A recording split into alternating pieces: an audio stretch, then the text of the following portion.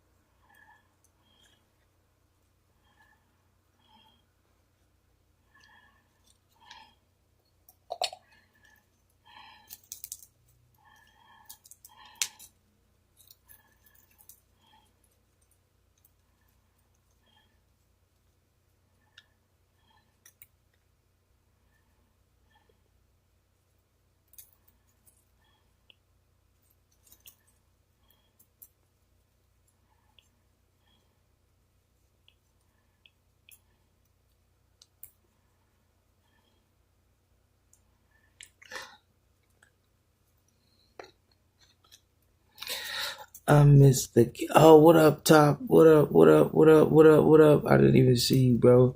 I'm on Beagle, man. Rolling up, getting ready to start church. I didn't even see you. Just rolling up this chronic, bro. Getting ready. Appreciate that, though. Appreciate you stopping by. And I'm not on Twitch by itself. You know what I'm saying? I'm on this platform thing. So yeah. But I see your comment. And I'm on Beagle too, so.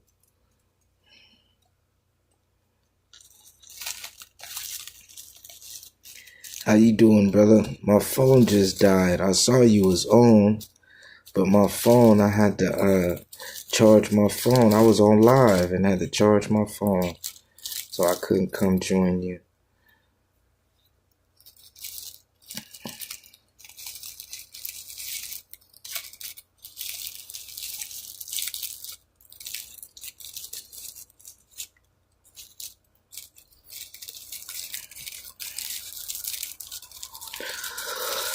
I got love for you. What up, you guys? What up? What up, Bigo? What up? What up? I miss the camel.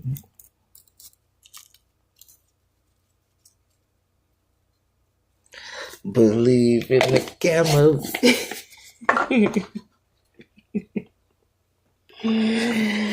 Trust the camel. Okay, y'all. Welcome, brother. Welcome. Now, this is crazy. I got both these phones at 75, but the third one, for some reason, only got to like 26. So, TikTok's going to have to get off sooner than everyone else, but we got about 75%. At least like 70% for each phone, so that did pretty good in that hour. I was gonna do 137. So welcome back, man. Hope you guys is safe and everything. I was able to watch, if you guys are into Welcome to Dairy series, so I was able to watch that while my phones were charging. The new episode of tonight, which was pretty cool. It took me forever to find his charges. I was like, dang. But yeah, so I did get that episode and I was able to watch that. Pretty interesting. Turns out that, I don't know if you guys were able to watch it, the daughter has been this woman all along, befriending everybody and stuff like that, and she's been his daughter the whole time. So it was pretty crazy.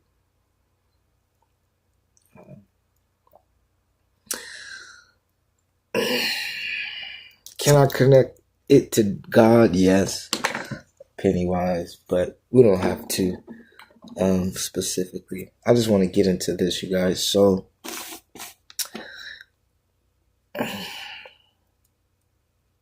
anyways, God has been good. I actually got to talk to God as well the whole time too. During the whole little hour break, reconcile with him, get things off my mind. He got things off his mind. I'm doing well, actually, as far as I'm very blessed. It's a situation I'm going through. And I'm going to put it like this. Something that I would think God, the average man, would have punished and threw him away. And I expected it.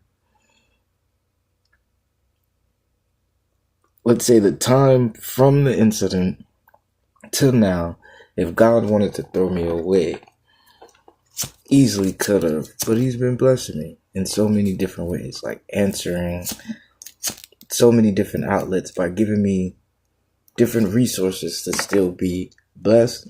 So it's been like that. Like, it's just been good. Like, instead of bad, instead of it like, get out of my house, get out of my kingdom, you're kicked out forever, he's just been maneuvering so many things to just keep me at front. So instead of it being, like I said, get out of my house. So I thank him. So here we go. Psalms 137. Now this is what is, I haven't read it. I just glanced at the first few sentences. Not sentences, but words.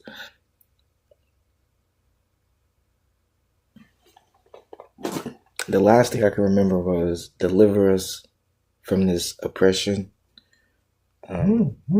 this captivity. I believe the word was free us from this captivity. Now watch this. Psalms 137. Pinpointing their misery. Remember, I keep describing Job and they're captive in another place and this is the new Egypt and things like that. I keep saying that. Watch this. Psalms 137. By the rivers of Babylon. Now, I would have to say that if they're prisoners somewhere captive, I don't care how beautiful God can write poetry like that.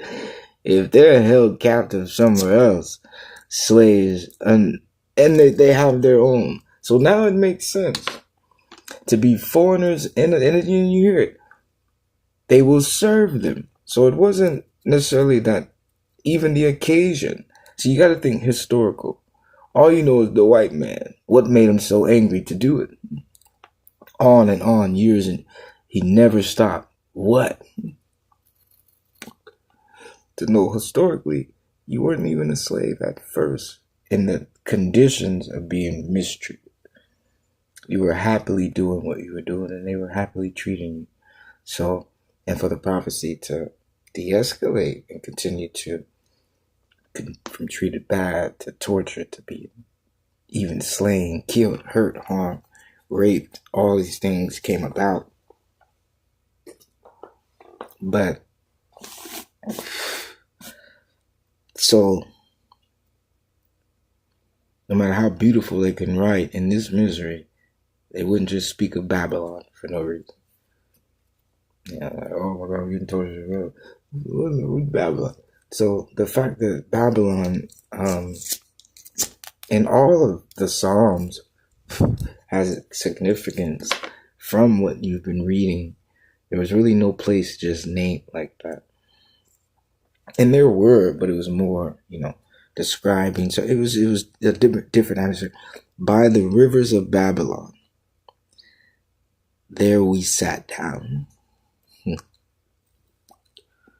By the rivers of Babylon, there we sat down. Yeah, we wept when we remembered Zion. So if the rivers of Babylon have you held captive, and you sat down because you have to, and you remembered Zion, God's city, his blessings, his kingdom, his people, all you had, all you were able to do, the freedom you able. If someone was in this condition and they were a slave and they were held off and someone was treating them bad, you guys would be the ones to rescue them. Now, in need of what and who? Who's going to help you when you're the heroes? So they wept. They wept thinking of that place and that life and what they used to be. We hanged our harps upon the willows in the midst thereof. For there, they that carried us away captive. You see what I'm saying? So, that's what you have to see, the pain. Psalms wouldn't mention it as just a verse for people to read and say, that was deep. It's an actual continuance. It actually continues the story. It's just in Psalms. It's wrote in Psalms. It's not necessarily, it doesn't have like the Genesis effect to tell you such and such in that form. Because Psalms is like the book of prayers, the book of hymns, the book of praise and salvation. Good things. God answering them. But okay, so for there they that carried us away captive required of us a song. And that, look at that, listen to that. They that carried us away captive required of us a song. They wanted them to sing. That sounds familiar. As people that left song as their voyage and their way, and like a historical route back to themselves, because that's what they picked up today. That's what they picked up. That's what's been getting them through, singing song. So listen to that. There they that carried us away captive required of us a song. That just screams when black people take white men and demanded them to sing. You know what I mean? And the black person said, we had to sing, would be like a historical. What did you, it made us sing a song. And they that wasted us required of us mirth, saying, sing us one of the songs of Zion. And you know what's so crazy about that? If this is a slave's acquirement, and the people themselves were telling them to sing a song of Zion, they would have known the location. Not them, the people, the slaves. They would have known the location of Zion.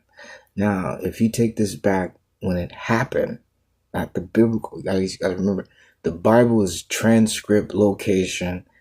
Really, if it's today, the Bible has today. You still gotta remember today is to happen. The Bible is to show you why the beauty of today should be, after from you reading it, bless the day when it comes is the key. And you have days that already came.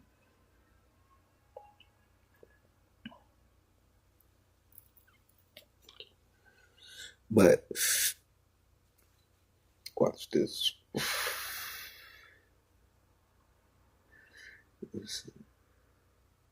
Now, what it states is when it happened from the biblical prophecy and it actually took place. That's what you got to not separate yourself from the Bible. Now, the Bible has Genesis, Matthew, all the way to the end, right? If the Bible says this is going to happen, you got to understand in life, it's going to happen. Now, do you hold on to the Bible or would you hold on to the event that happened? Because the Bible isn't going to have the event. It's only going to tell you what you're going to witness. When the event happens, that's where the glory comes, because the Bible prepared you to witness it. So you got to see the Bible's step as only preparing you to witness these things, as well as educating you on what others have got to witness is recorded in this book. And you see their findings back in the day when they see the book, they will marvel at seeing themselves. We, at a current time in this book, see them, but are unaware of ourselves. So it's just how it goes. Just like they couldn't see, you can see. Now you can't see, but they can see. Someone that's passed on could read where we are. You know what I mean? That's how it works. You see how the Bible. But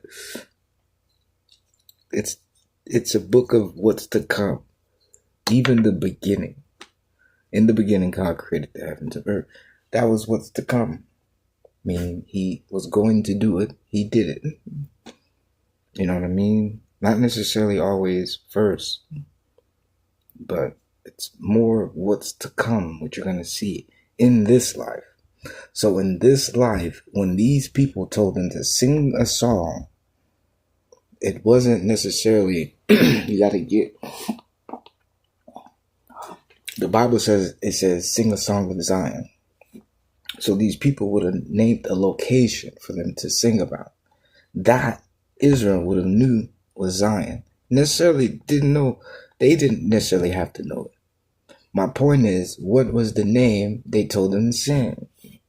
For that name that they told them to sing about would be the name of what Zion would be called today in this time.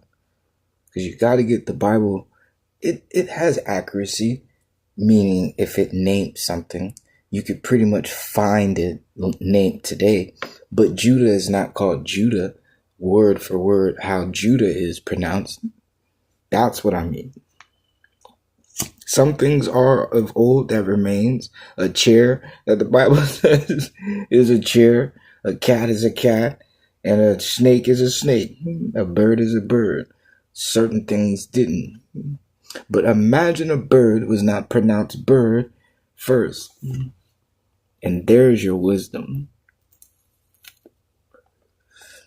You pronounced it the Hebrew word. But since the Hebrew word is sufficient of God, given Babylon a word as well, we can pronounce it, for it's the same meaning. But so just like Zion, Zion's not going to be called Zion. Why? If it was called Zion, you would have it. It'd be called Zion. And you for sure know that was the location. Now, the only thing he's saying, Jehovah, certain things aren't. It's still the same place. Can't change places, but the name may be pronounced different. How? Because he already gave a description of how it changes. If a man was named, let's just give an example for him. If a man was named Samuel, and he named this whole place Samuel, someone 50, 75, 100 years later, after he died, may be the ruler, and because, however, got the okay from God and called it his name or his son's name, let's say his son's name, which was Romanathan. So now the country is called Romanathan. Now you got to understand, if the Bible calls it Samuel, but everyone was familiar with Ramathan because that's the current name. Even if that's the case, what would he have called it? You got to you see how they switch it. He's only showing that because you got to get in 1900. It could have switched from the original name of it to whatever, and then you got these people in 1960, 65, lynching people, getting rich, and they changed the name again to something they bought. Now, to pinpoint a name in the Bible with the same location that was just bought by someone, and it's not necessarily they bought it in a biblical God bless me, they're rich because they own it. They don't want to call it this anymore. My school I went to just got its name changed because it honored a racist white person that killed a lot of black people and Indians to get there. So they changed the name of the school. Now, if it was biblically just word for word, all I'm saying, even in the Bible, it would change the name that you originally got introduced to it from, to a different one. It's only showing you the place didn't, but you can call it something different. All I'm saying is today, certain places would be different than what the Bible. Now, with all that said, you got to believe in God. Word for word, they told these slaves to sing. What was the location they called, which would be translated as Zion? That's the beauty. So it's not that it's, my point is, if they never knew, the people, the slave owners, never knew it, but Israel from God knew Zion, the name of the place that they said for them to sing, guess what? Even if they didn't never spoke it and told them it was Zion, guess what was out and known? Where Zion was. You know what I mean? It was already out. So that's what you got. You got to get that. Zion. My reason I'm saying, don't let Zion get taught to you as if it's a place, death or God, it must be presented. The location is already known. Deep inside. It's inscribed. Or at least our forefathers knew. But the actual place was mentioned by someone else. Pinpoint exactly whether they knew it or not. They said it and called it out. So it lived. You know what I mean? Like, that's what you guys got to get that. As slaves in front of these people, yes, I got to do what they say. Sing us a song of your home, of God's home, his kingdom, Zion. And they knew. Like, they knew. And the fact that these people said the name of it. So it's not that it's hidden. They just didn't know that's what it was. But they said the name of it. That's what you would find. What was the name you told them to sing? They may say. See, because like I said, Judah isn't called Judah.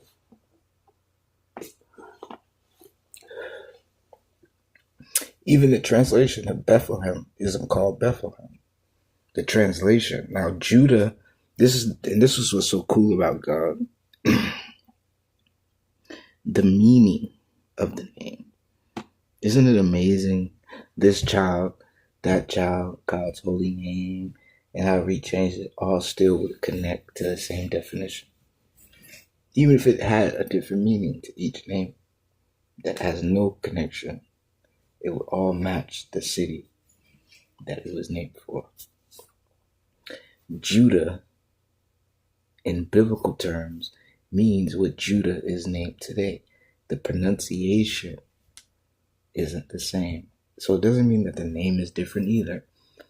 But because I know where Judah is and Bethlehem, but here's the key with it. The name of it today rhymes with it. Judah, Bethlehem rhymes with the name of it today. Now this is the key. This is what I want to get you guys. What up, trendsetter? How you guys doing? This is what I want you guys to see. And maybe you'll be wise enough like me to pick it up. But I was only wise because I was looking for it and I know it. Which, here it goes. Anyways. Babylon is Babylon. Today, it's pronounced America. If Jesus is born in the and this is how you gotta understand this, and you're gonna get it too.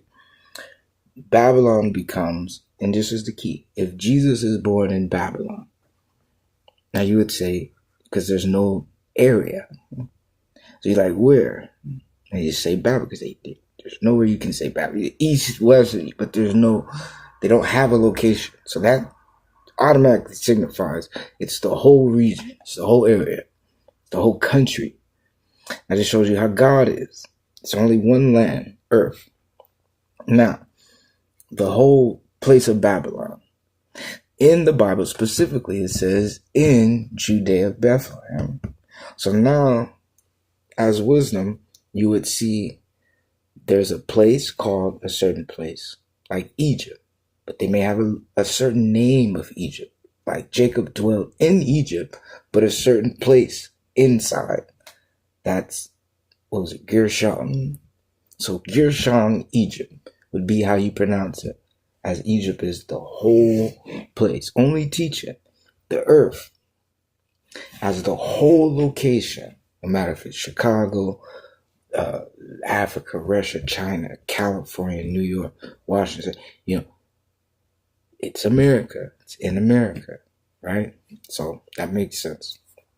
So, as wisdom, Judea, Bethlehem. Now, it's only because of wisdom you would know Judea was a city if you learned it in the Old Testament. So that puts, for sure, when you put his birth, Judea automatically is the city of what?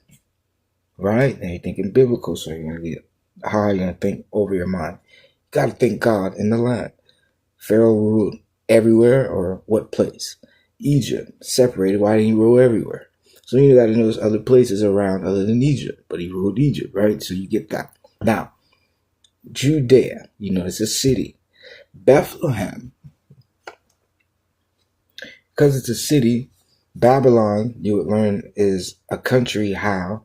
If you had to cheat, you can go to Revelations and see it's a country. That's what he called it. If you have to. But if you was reading and wisdom, you would see, obviously, it's the country. So the country is named Babylon. Already puts wisdom. Jesus is born in Babylon, of Judea, Bethlehem. You learned Judea is a city.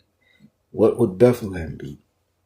So you would learn Bethlehem would be a state in Babylon, divided amongst a lot, but his in the country of Babylon was Judea, Bethlehem.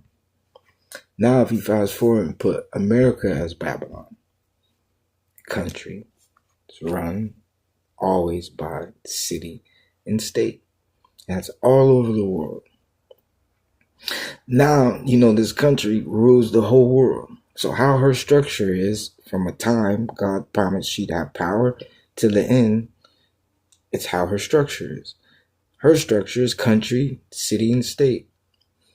But that never changed. From ancient Genesis to the end, it was always country, city, state. If you're in a country, boom, he would call it something. But your specific location of how and who you are in that specific country was always city and state. Bethlehem in Judea is a city and state of the country of Babylon. So now that makes sense. If it's America and all her 50 plus states, it would be one of them for those who have wisdom. And that's where I'm going to stop. And that's how close I'm going to get you. And it's just all, like I said, I know that. I know the answer to it. But I just wanted you guys to see. But here's the coolest part. If you even pick one, you have like 49 out of another 49. If you're wrong, I'm just saying, X, boom, it's not that, boom. So, but it's the most difficult is you have so many choices. But narrow it down. And the narrowing is always going to be, it does sound and rhyme, and it would look like it. That's his keys. So, but Judea, Bethlehem, straight up. And it would have to be, and it's always described in the northern, western part of, it's here. So that's what I loved it. So anytime I see Babylon, as evil as she does, you guys, you gotta understand, Christ Jesus was born there. King David set his empire there, and God blessed his holy city, his favorite place to be, there first.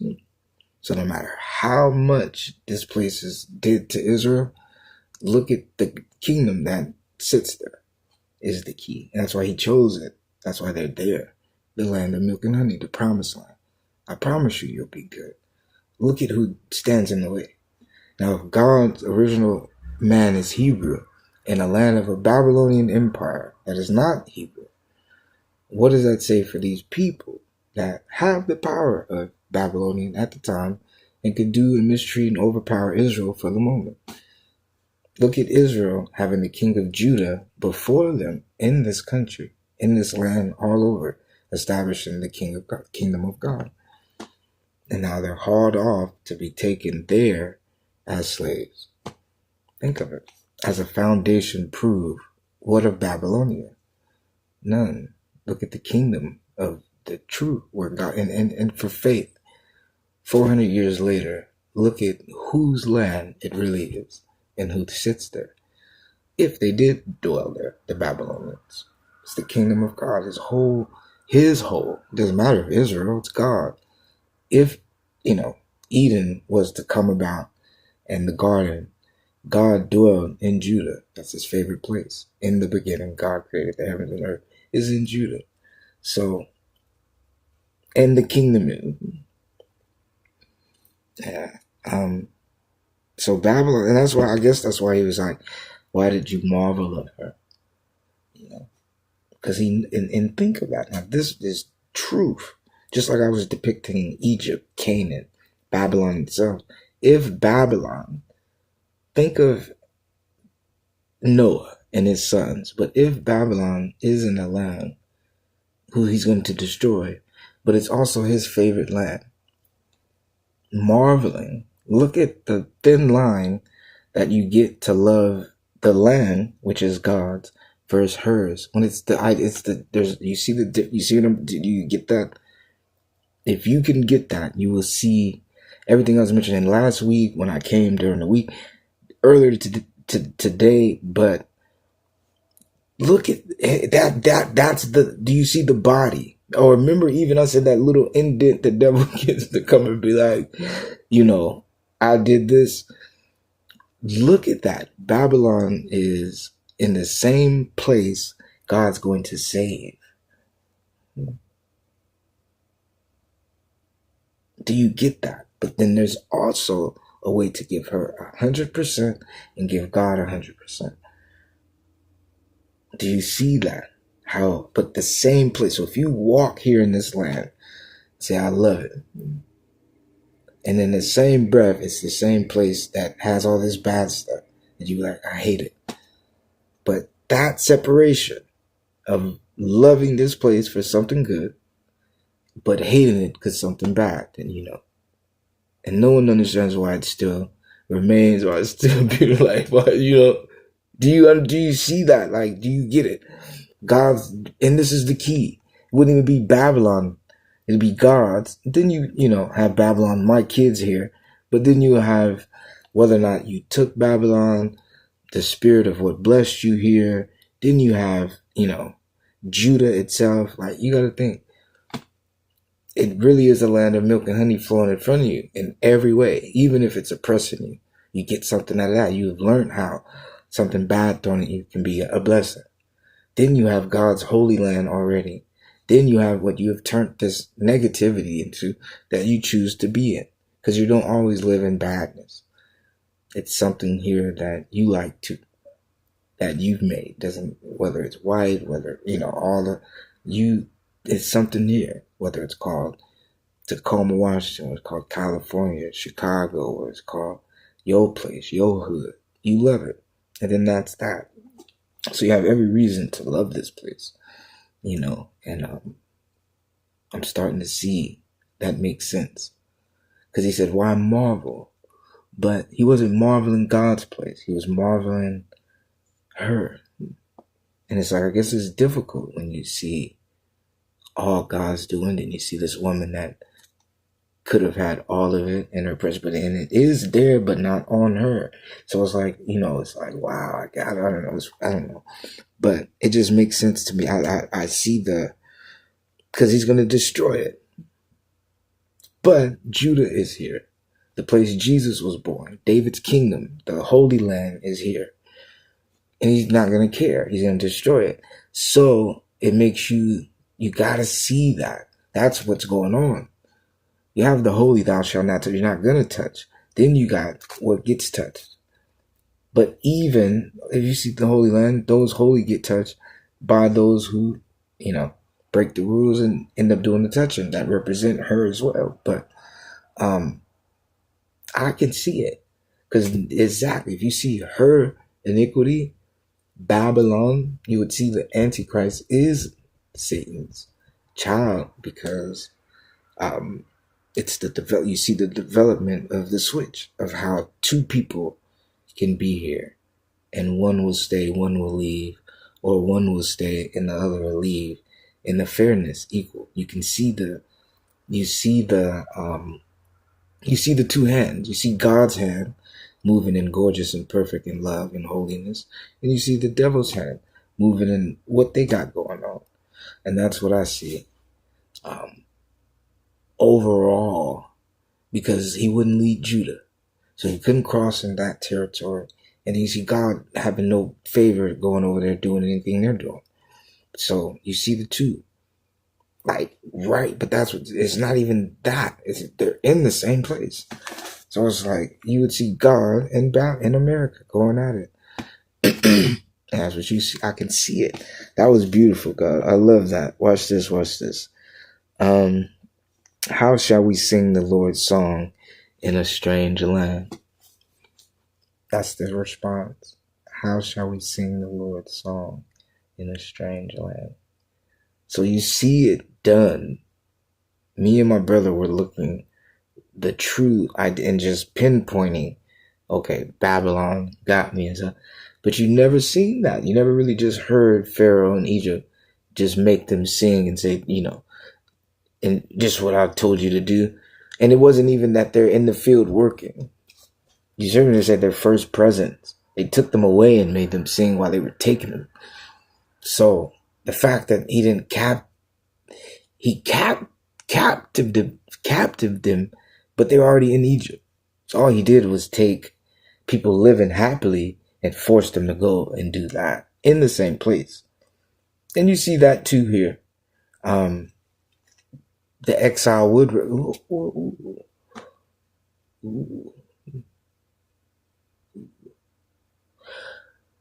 So maybe the Native American story was a hoax because you were here and not, when they say they took this country, it was from you, from us. You know what I'm saying? Like I said, we've been waiting for it. And to get, look at that. How shall we sing how shall we sing the Lord's song in a strange land? So it's slowly showing you, because it's Psalms. It's not, we walked over here and the Lord blessed us, because it's not necessarily like that. It's in Psalms. So how can we sing the Lord's song in a strange land? So they are depicting it. If I forget thee, O Jerusalem, let my right hand forget her cunning. And you got to get Jerusalem as the world. A slave that knows the world and how the earth, because God showed them the way, how it's laid. Do you guys understand? God blessed them to see. You guys got to get the world wasn't even formed 100%, even after Egypt like that. He blessed them to start building and forming and getting his way out and prophesizing to the world and the earth what was to come and what was needed. And the earth listened. The people listened. They gathered together and knew the God of Israel had the right way, because he led Israel to do it. The world seen Israel. So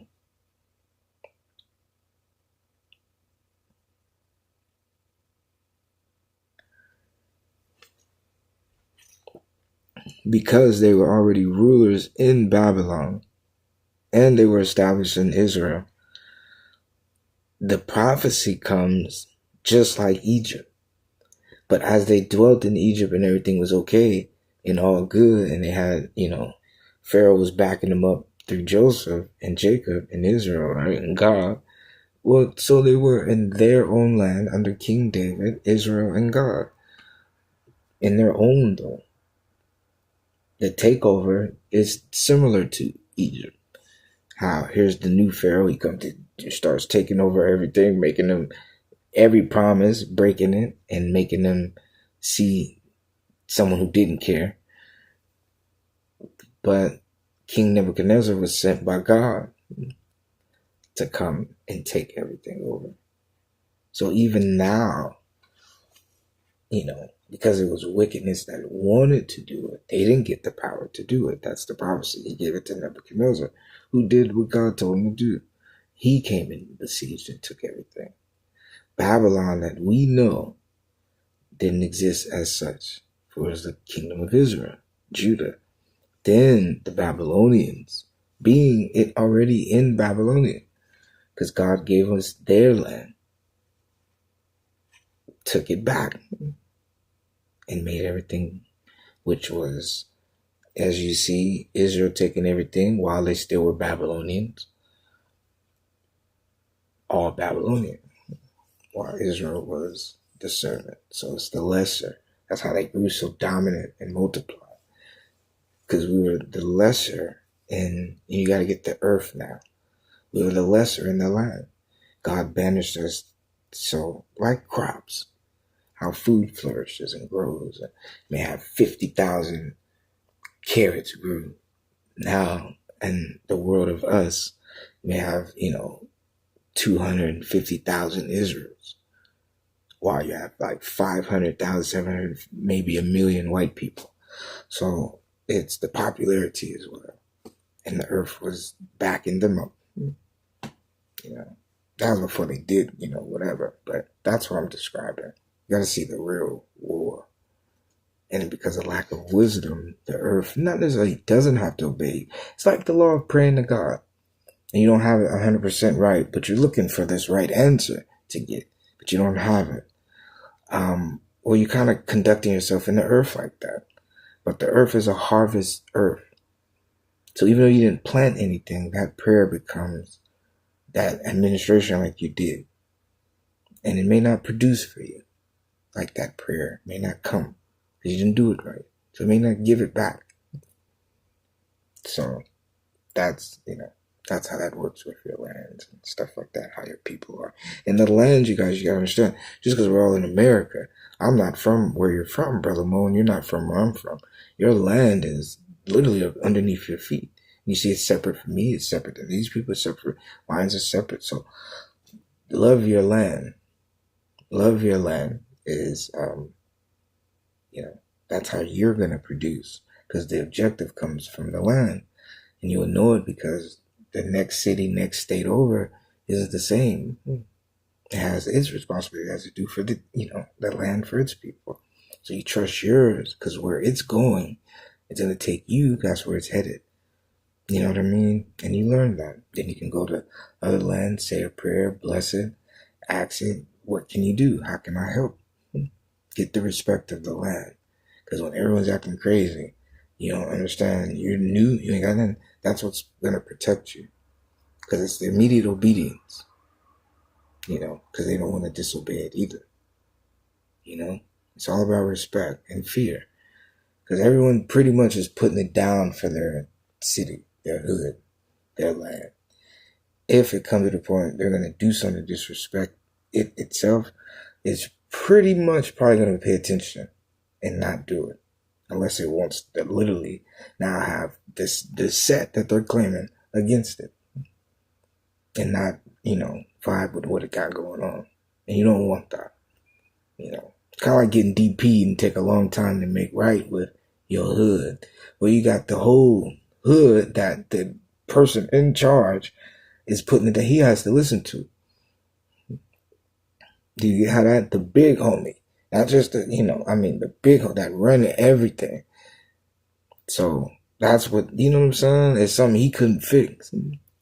So when you do something like that, it's like, what I'm saying? You're kind of on your own without an antidote. And this is what happened back in the day. When Israel sinned against the land, do you understand what these people had to go to reconcile with to try to make it right? Which it could never be made right. But they give them the proper proceedings, and if the land and God subjected for them to be okay. Even the land, it even quoted, if the land saw fit. Because the land is literally the doctors, literally your aid and your ointment. It's literally that. You don't know it. Just because medicine grows over here that could cure cancer and no one's just discovered it, doesn't mean that same energy to produce it there, even if it never produced it, is underneath your feet. Because all of this is a production of what it can do. So if it never grew, it's still all underneath everyone. That's what you got to get, whether it never produced the medicine. What is the medicine is always available in this earth. And that's what you got to, you know what I'm saying? You start loving, I'm telling you guys, you like, for all those people that think Machiavelli, the book Machiavelli and these Prince books and how to subdue and how to war, trust me, you have no idea what the land, because you got to get, if America fights, they're fighting for the land that's only in certain digits, access and measurements has to stop because their land, this is someone else's over here. So no matter how big and bad she is, she only has so much space. And she's willing to die and protect it. So you got to see how land is. Now, even if she disobeys it, you got to get the strikes that come from her. So it's just, you arm yourselves, you guys. You got to be smarter and call yourself a man that's from Adam and Eve, from God. And you will love it. You'll respect it. You'll discipline yourself. Because the first commandment was the land. You gotta understand that's why you only know why you're from certain places. And why it's so sacred, so important, so valuable to be where you're from. Because it's a law. If Mississippi people, if Atlanta people, if Ohio people didn't exist, we wouldn't know fine cooking it. Florida people, New York people, California, Chinese, like, if you didn't know, you couldn't pick up the whole world. There's too much stuff other people are good at, and that's their specialty, that's their culture, that's what they do for everyone. You know what I'm saying? You was like, I ain't about to do that. I couldn't just be outside raining and I'm just chilling. Everyone's used to it. Couldn't be out in the sun every day chilling. Everyone's used, you got to get that. You got to respect it. So, and that's Babylon, wanting you to not think this way. Stubborn. I don't like that. That's dumb. That's stupid. People up there, if they lie, I got time. I got to worry about me to think, that's the programming. And you got to understand there's other places outside. How is that ignorant? That's just from them. Only I live and and everyone else that lives life and they got their culture. They're not in America. They look at you. You're this American. So what about everyone else? Everyone else's issues, everyone else's problems and all that. I'm not here for that. I'm not here for this. I'm here to worry about, look. I can either go to get a job and pay my rent. That's how you live. You do what these people, and you're not saying this, but you do what these people tell you. Otherwise, they cut off your lights. They cut off your heat. I gotta worry about what my baby gonna eat. And they're just looking at you like, so I'm just saying, and you'll see how beautiful it is, because they really do see you as somebody, because this is the leading country that all these good things are coming, and all you see is these snobby people that make them feel so bad, and it's like, why do they deserve this? So it's like, you don't want to lead, and it's not an American life. They still don't see you as an American. They see you as these people, they done got tied up, chained out in front of everyone, dancing around this, you're this slave, but why dirty it up? Because if they believed in the slave and believed you were something and was going to do something different, look how we don't even know these people, but because America said, oh, these are the terrorists, all this, we start making fun of other people. And I could never understand that. I didn't understand it. I saw it as a weakness of us getting so many insults. We tried to kind of, like the bully, keep the bully from throwing more. You start bagging on someone, hoping that laughter and the bullies see you, because white people saw and black people started joking about other people. They're like, I taught them that joke. That's what I didn't like. I didn't like how they try to stamp everything, because you sure didn't learn that yourself. You know what I'm saying? I don't like stuff like that. I hate stuff like that. I hate that. And these people don't even know these people. But I understand some people do deserve, some Indian people actually boo-boo. Have literally boo-boo on this stand and becomes scooping it up, trying to get you to buy it. So I can see jokes like, that only Indian people clearly would have did that in India. So, but that, you know what I'm saying? The only thing, this is what I'm talking about, y'all. If somebody that was white walked in a school and shot everyone, and before the police could come kill him, he blew everything up, right? But niggas be scared to be, niggas really be scared to be tapped in the land. I had to restart TikTok. And everyone knows, they were like, oh, it was a white boy that did it. And okay, so now it's like, everyone can say, okay, that white boy that witnessed, and that's for sure. I can get that. Facts. Proven facts. I can get racial things when it comes to color with people that may have did it. Like if they talk about Saddam Hussein, but you can't say Saddam Hussein and whatever race he was and then go attack these people and call them Saddam Hussein. That in their heart, knowing that's the person that ruled their country and gave him a bad name, they trying hard not to be like him. And then here you go call him or her because they're that and make that whole joke, even though everyone could laugh, and they don't even know what they're laughing at other than Saddam Hussein's this and that person's that, and they'll laugh because that's his color. But what are you laughing at? You get what I'm saying? Jokes today become more insults versus a point. You get me? Because jokes are more facts. You know what I'm saying? Because what hurt was when it wasn't really true and you got everyone to laugh about something and it wasn't. But if everyone saw me fall or something like that, what could I do other than that's what happened and live the fact that's what happened. Everyone let it go, that's what happened. You know what I mean? So it's like, really, I'm not mad at anything. I'm more mad at everyone laughing instead of, so it's just, you guys got to,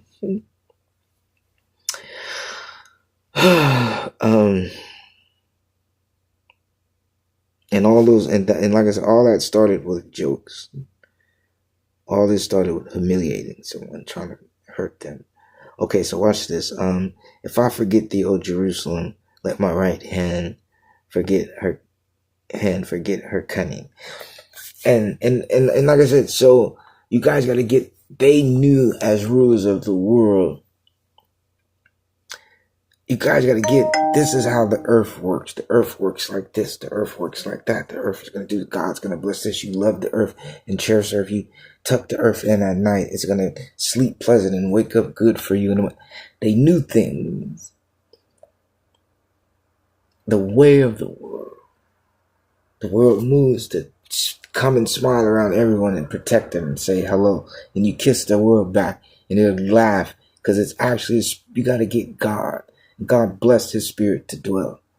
So the earth, like that biggest cat, dog, animal, friend, baby, child, homeboy, wife, grandma, grandpa, whatever you can think of that'll just play back and interact, it may have done that for Israel. And they knew it. If I forget how gorgeous, how beautiful, how perfect, how nice, how wonderful you are, knowing they're going to take over and lead the world to be. Even now, the world is beautiful. Good night, world. I love you. Never did anything. But how it's led, it's like the earth's like the biggest. It's like if you could blame life and death on the earth, they've aimed it to take people's lives, put people through misery and hurt people. But it itself wouldn't have and hasn't and would never do it. But they aimed it. So I can define it as so. But Jerusalem, remember that. That's what sounds is so beautiful. They know it's Jerusalem. But that's what they're screaming when they say Jerusalem. They're picturing the whole world. And it's not going to be like this anymore. All this work, all this effort. God is perfect. God is willing to help us over here, help these people there, and do what we, it's not going to be. And remember what I'm telling you, God is doing it. And you got it. Now that makes even more sense. Politics don't rule the world. Did you hear what I just said? God was doing this and God was doing God, what stopped it? Now you see a world of politics that only is your sense of anything. If in the Bible it never stopped with politics, but in today's time, all we have is politics. Do you see that? Like it's just so deep. If he was there, why isn't he there today? That's it. That would be it, if anything, because everything else is here. Only thing missing is God. But so that would be Jerusalem. If I do not remember thee, let my tongue cleave to the roof of my mouth. If I prefer not Jerusalem above my chief joy. Remember, O Lord, the children of Edom in the day of Jerusalem. So that separates Jerusalem.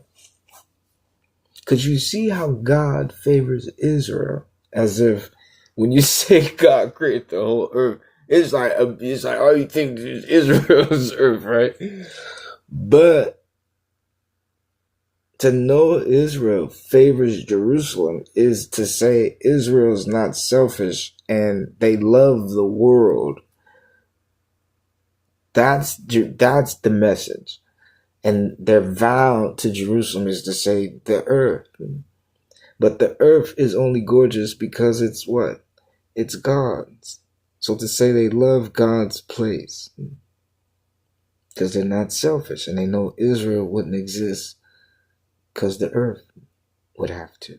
So their vow is always going to be to Jerusalem. But it's a way to claim Jerusalem, claim the earth. It's Jerusalem. Earth, the new name of earth, like he changed it so many times, is Jerusalem. That it even has a city named after it, the city of God. And you have to get why. Because you got to get Eden was what it was called.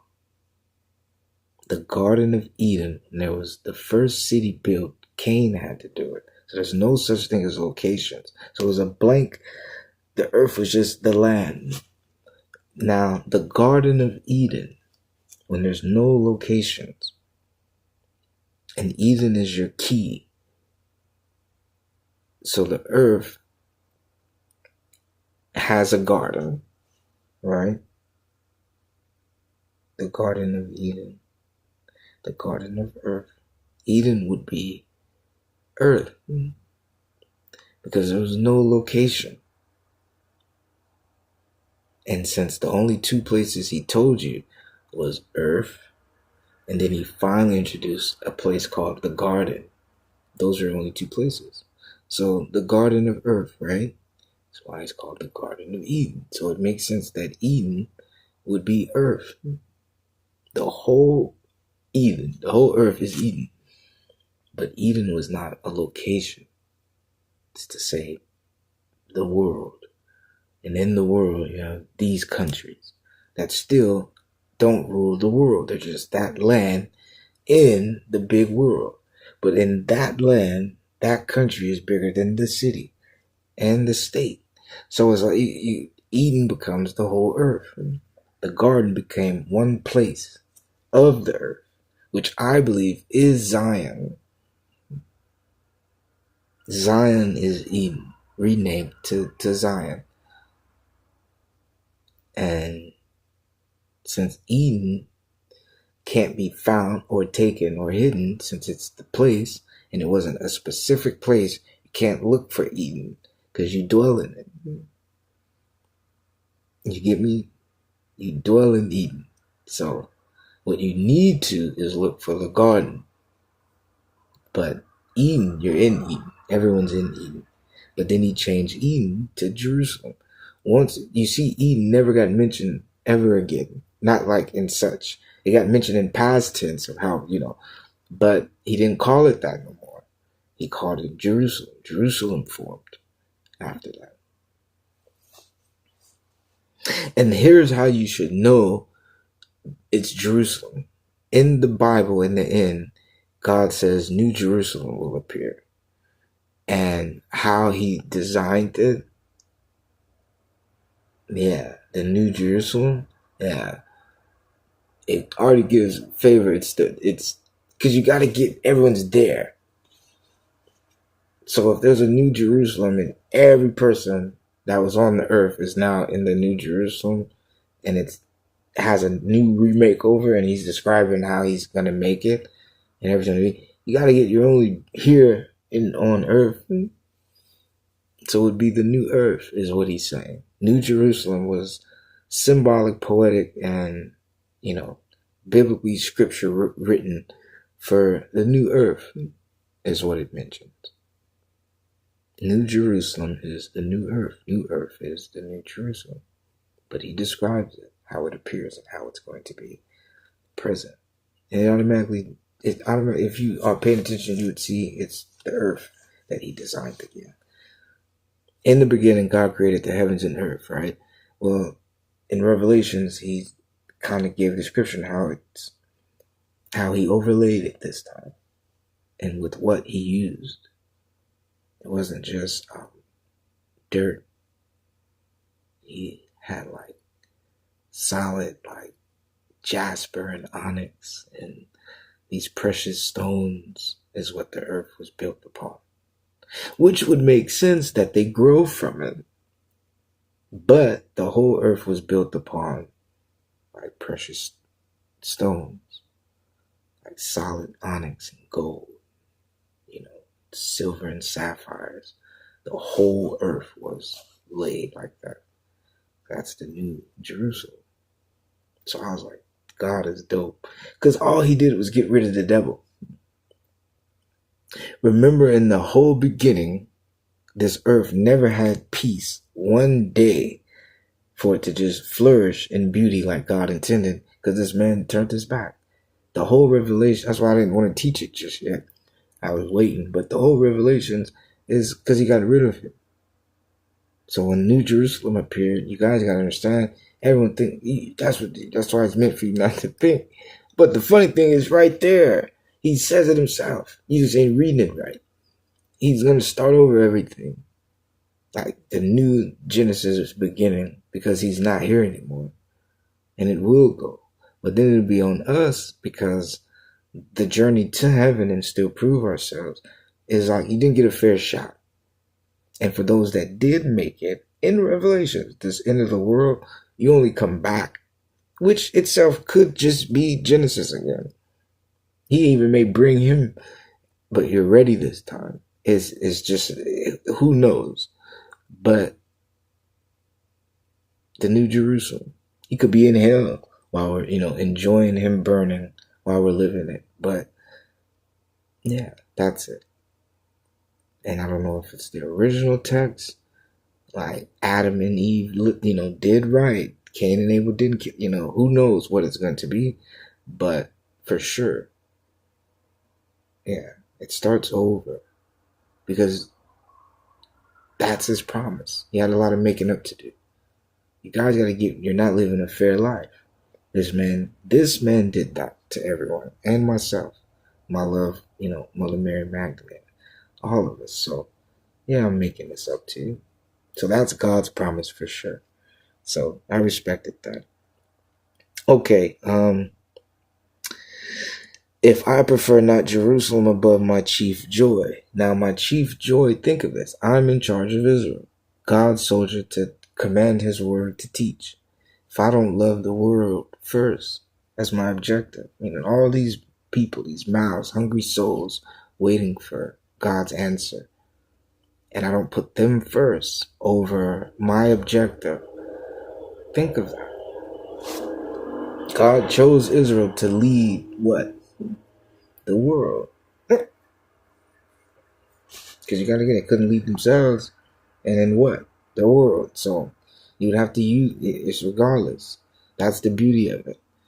His objective in life is in the world. It's not hidden, but it's in the world. What we're gonna do is in earth. It's not some schedule, it's not some job, it's not some chart. It's in the earth. The earth's communication is going to point out this is what God wants. Look at the Bible. What are you reading? People selfishly for themselves and got drunk in their country, had riches, all that, and just passed out in their land? Or was they always committed to what? Jerusalem. And that's just not odd, but isn't that something? No matter who was in charge, if the earth, if the world, if, Jerusalem, God's place, wasn't first for them to secure by making right decisions. They don't always have to protect them. Right decisions, thinking, willing to bless and ease God's work for Jerusalem, for the world, for the earth. Always. You were good to go. You were thinking. So, watch this. Remember, O Lord, the children of Edom in the day of Jerusalem, who said, raise it, even to the foundation thereof. O daughter of Babylon, who art to be destroyed, happy shall he be that rewardeth thee, as thou hast served us. Happy shall he be that taketh and dasheth thy little ones against the stones. You see that? Isn't that something? And he meant that when he prayed for her. For just as you treated us right and with love and you obeyed God, so shall you. And just as you, look, and happy shall he be. Oh, O daughter of Babylon, who art to be destroyed, happy shall he be that rewardeth thee as thou hast served us. Only God can destroy it, right? Watch this. So happy shall he be to reward her for what she's done for us, to reward her. Happy shall he be that taketh and dasheth thy little ones against the stones. Only one can destroy them. If there's a reason for me to destroy your people, if there's not a reason for me to destroy your people, you know what I mean? Straight up like that. And you gotta think, if I bless you that only I would be strong enough to destroy you, why would you do anything else? Why would you call me to do it and destroy you? So wouldn't that be your fault? Right? Okay, Psalms 138. I will praise thee with my whole heart. Before the gods I will sing praise unto thee. Before the gods will I sing praise unto thee. I will praise thee with my whole heart. Before the gods will I sing praise unto thee. So, right in their face, isn't that something? One day to have that strength that you wouldn't have no fear in front of these people, that you would praise Jehovah's name in front of them and not fear their consequence. I will worship toward thy holy temple and praise thy name for thy loving kindness and for thy truth, and for thou hast magnified thy word above all thy name. In the day when I cried, thou answered me, and strengthenest me with strength in my soul. All the kings of the earth shall praise thee, O Lord. When I hear the words of thy mouth, they shall sing in the ways of the Lord. For great is the glory of the Lord. Though the Lord be high, yet hath he respect unto the lowly, but the proud he knoweth afar off. Though I walk in the midst of trouble, thou wilt revive me. Thou shalt stretch forth thine hand against the wrath of mine enemies, and thy right hand shall save me. The Lord will perfect that.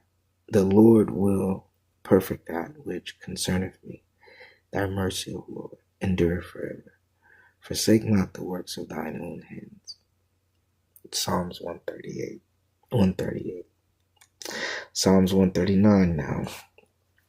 O Lord, thou hast searched me and known me. Thou knowest my down sitting and mine uprising. Thou understandest my thought afar off. Thou compassest my path and my lying down, and art acquainted with all my ways. For there is not a word in my tongue, but lo, O Lord, thou knowest it altogether. Thou hast beset me behind and before, and laid thine hand upon me. Such knowledge is too wonderful for me. It is high. I cannot attain unto it. Whither shall I go from thy spirit? Or whither shall I flee from thy presence? If I ascend up into heaven, thou art there. If I make my bed in hell, behold, thou art there. If I take the wings of the morning and dwell in the uttermost parts of the sea, even there shall thy hand lead me, and thy right hand shall hold me. If I say, surely the darkness shall cover me, even the night shall be light about me. Yea, the darkness hideth not from me, but the night shineth as the day. The darkness and the light are both alike to thee.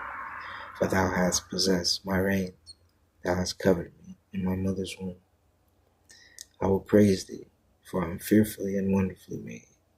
Marvelous are thy works, and that my soul knoweth right well. And I was thinking that for me, because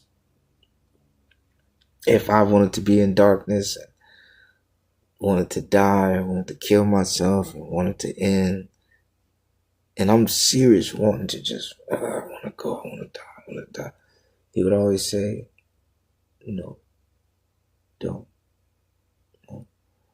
I'm like, please just let me die. He'd be like, no. I think he'd be like, that's what you asking? You want to keep playing with me or something? And like tempt me or something? He'd just be straight, no. That's not what I'm going to do. No, that ain't what I want. That ain't what you want. I'm not about to let that happen. And I'll be serious. I would never just get like a gun or something, play with it. But it's basically like I got the knife to my neck, to my head, about to just kill myself. And he just calmly, no. And because of that, and I, not tempted, but I kept, be upset and do it, again and again. That no, and how I remember my father telling me no, and not to worry, and he wasn't going to do it and cause me to die. I feared it by respect and understood it. Like I feared him, I was scared. I was scared to push it. I was scared to take it for granted. I was scared to misrepresent and disrespect it. Like, he was willing. He was real. He was there for me. And I loved it. I was like, that's tight. And I just grew for God like that. No matter what I'm asking, I deserve it. Push me off. Let me just fall down and not be a burden for you. He'd be like, no. Even when I wanted to just give up and not be anything and just literally like just drop me off. I wish I never was born. I wish you never picked me to preach and speak and be any hope for anybody, because I'm no good. Like I'm doubting. I'm like, I'm no good. Trust me, it's just a waste of your time, God. Trust me, you're saving yourself in time. Get rid of me now. He'd be like, no.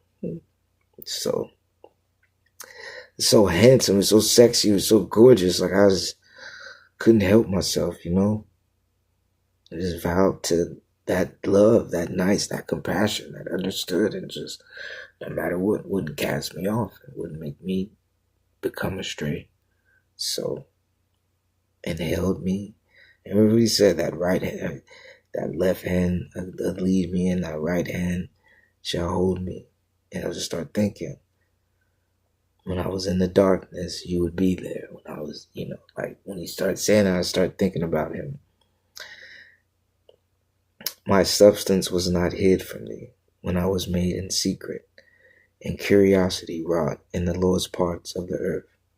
Thine eyes did see my substance, yet being imperfect, and in thy book all my members were written, which in continuance were fashioned, when as yet there was none of them. How precious also are thy thoughts unto me, O God! How great is the sum of them! If I should count them, they are more in number than the sand. When I awake, I am still with thee. Surely thou wilt slay the wicked, O God. Depart from me, therefore, ye bloody men. For they speak against thee wickedly, and thine enemies take thy name in vain. Do not I hate them, O Lord, that hate thee? and am not I grieved with those that rise up against thee. I hate them with perfect hatred. I count them mine enemies. Search me, O God, and know my heart. Try me and know my thoughts. Now, do you see how he says he hates them? Now, I have to give account to the Antichrist. When he speaks of his enemies, think yourself, if the Bible and God was going to actually let him, get away with this hatred, because he's depicting how he's fed up of wickedness and evil men. He's tired. And this is how much he's no longer wanting anything to do with it. I hate them, right? Well, you guys got to understand, they're only obeying someone. Remember how God says, if you hate your brother, you hate me too? Well, if he hated these people that were enemies doing this stuff, who's their fault? You get me? So if you can say you hate them, look at who you hate. In reality, you hate him. So I hate them with perfect hatred. Didn't I teach you of perfect hatred? I think he's speaking of this guy as well. So when he says, I hate them with perfect hatred, I count them mine enemies. Search me, O God, and know my heart. Try me and know my thoughts. He's talking Job. I hate God. This categorized the preacher. I hate him. He's an enemy. I hate him with a perfect hatred. I hate him with my thoughts, every heart, and my soul. And I would ask God to search me and see if I erred, if I blasphemed, if I put him in there and cursed his name. But see my heart. I dislike God. I don't like him. I don't want to worship him. I don't want to believe in him anymore. Now, how would he choose to do that with me? That's all I ask. And see if there be any wicked way in me, and lead me in the way everlasting. Now, I said that I didn't look at it. Look at that. Because you got to know him. And I know my brother. I know my father. I know God himself. I know the blessed prophets who wrote this. I know the person that went through this. So I can just picture. Why is it going in that way? Pray for my enemies. I love my enemies. When your enemy comes, turn your head so he can beat you up that way too. I hate them is what it's. I'm not saying to me, I hate them. But who did you say that to? But you didn't tell them. You said it to God. Why? So if he needed you to say no, love them, guess who told you? That's why you do it. And if you thought to go to him before you threw any punch, open your mouth, any thought, guess what the guarantee would be? He's going to make it in the direction you're supposed to. Verse yourself. Oh, that wasn't right. That wasn't right. And just trying to figure it out. That becomes it. I love that one. That was 139. I love that one. Do not I hate them. I thought he was actually trying to be nice. Like, do not I hate them, like, my good person that don't hate. Like, I hate their guts. That's it. Like, I hate they stinking on it. Okay, 140. Deliver me, O Lord, from the evil man. Now, isn't that something? Deliver me, O Lord, from the evil man. Preserve me from the violent man, which imagine mischiefs in their heart. Continually are they gathered together for war. They have sharpened their tongues like a serpent. Adder's poison is under their lips. Salah. Keep me, O Lord, from the hands of the wicked. Preserve me from the violent men who have proposed to overthrow my goings. The proud have hid a snare for me. In cords they have spread a net by a wayside. Now watch this. Keep me, O Lord, from the hands of the wicked. Preserve me from the violent man, who have proposed to overthrow my going. And I remember I kept telling you, they keep wanting to battle me and say, you're not God, I'm the God, I'm this, Mother Mary sleeping with the Virgin, like all these things, trying to overthrow, to prove, he wants to be, I'm God, I did, but he's like, he'll kill Jesus, slay him, and be like, I'm the God that killed him. It's to be like, he's that tough, and that's what he's trying to do. That's what he wants to prove. That's what he wants to, picture. But he even used the virgin. Raped, stole, forced her to cheat to be, as, what are you going to do? I got I got the virgin. You're not God. I took the mother of your whole life. Like that. And he just forced it. Just started hit, his tempest came with it, just bringing it at us, and so, but you gotta get the Bible. What does it say? Keep me, O Lord, from the hands of the wicked. Preserve me from the violent man, who have proposed to overthrow my going. So even the Bible is giving account of this man with that objective. It's not me. I'm not giving it. Because it's someone's testimony. That's what you gotta love. That man would have came to do that to him. Now, here's the sign. Who is to him? And who's this man wanting to do it? Wouldn't he speak of someone doing that? Now, here's the big funny thing. If it is our Lord and Savior Jesus Christ, if it is our Lord and Savior Jesus Christ, our Lord and Savior Jesus Christ, look at his wife. And look at the person that got with his wife to do that against him.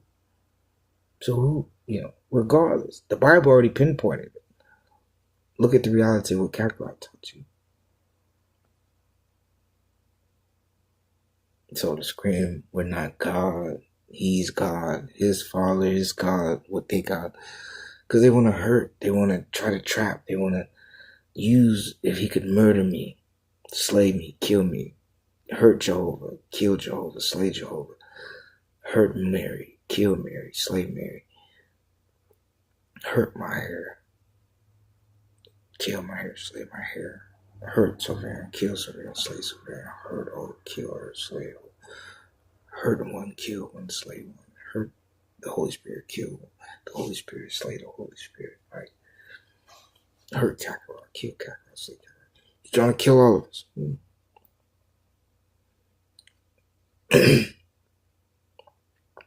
Hurt love, kill love, slay love. That's what bothered me, because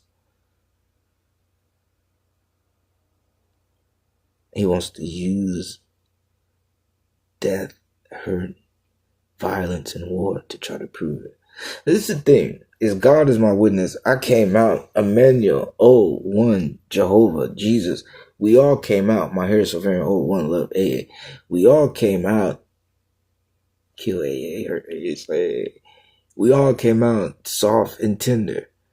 Like them lambs, like them sheep, like them goats. Not trying to hurt anyone. Being pleasant, cute, everything. He came and just started beating and hurting us while we ain't have no intention to hurt anyone. Just trying to be nice. And came up with this way and manipulated war. We accepted his, we was like, man, he's wanting to fight. We accepted his fight. But because we accepted his fight, he turned into all this stuff he started doing against us and used it to say, it's all because it's all in the fight. When his intention was to try to hurt us all his life.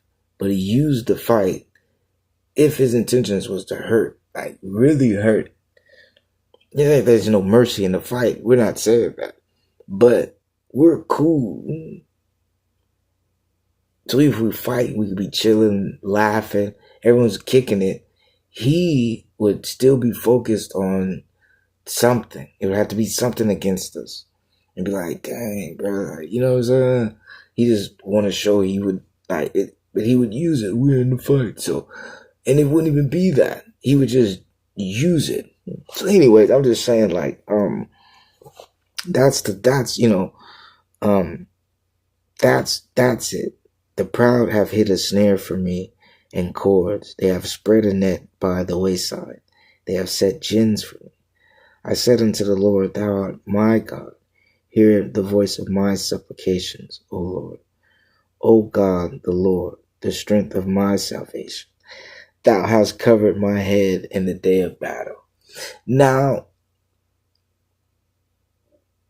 and you gotta see, and this is what's crazy. Did God tell Emmanuel to bow to the other God, or to find a way he didn't like out of it, rebel and stand up on it and refuse it? So God led his son to find this wicked one. Remember, his son is what pinpointed the hand. And it just so happened the prophet Job gave Emmanuel even more strength to believe he was doing something. Emmanuel doesn't like God. And in this world, God is his father. He didn't like him. So he had to find why he didn't like him. And he's trying to find actual like he's trying to find and explain to everyone why he isn't. Now, the Bible just so happened to start following what Emmanuel was saying and teaching.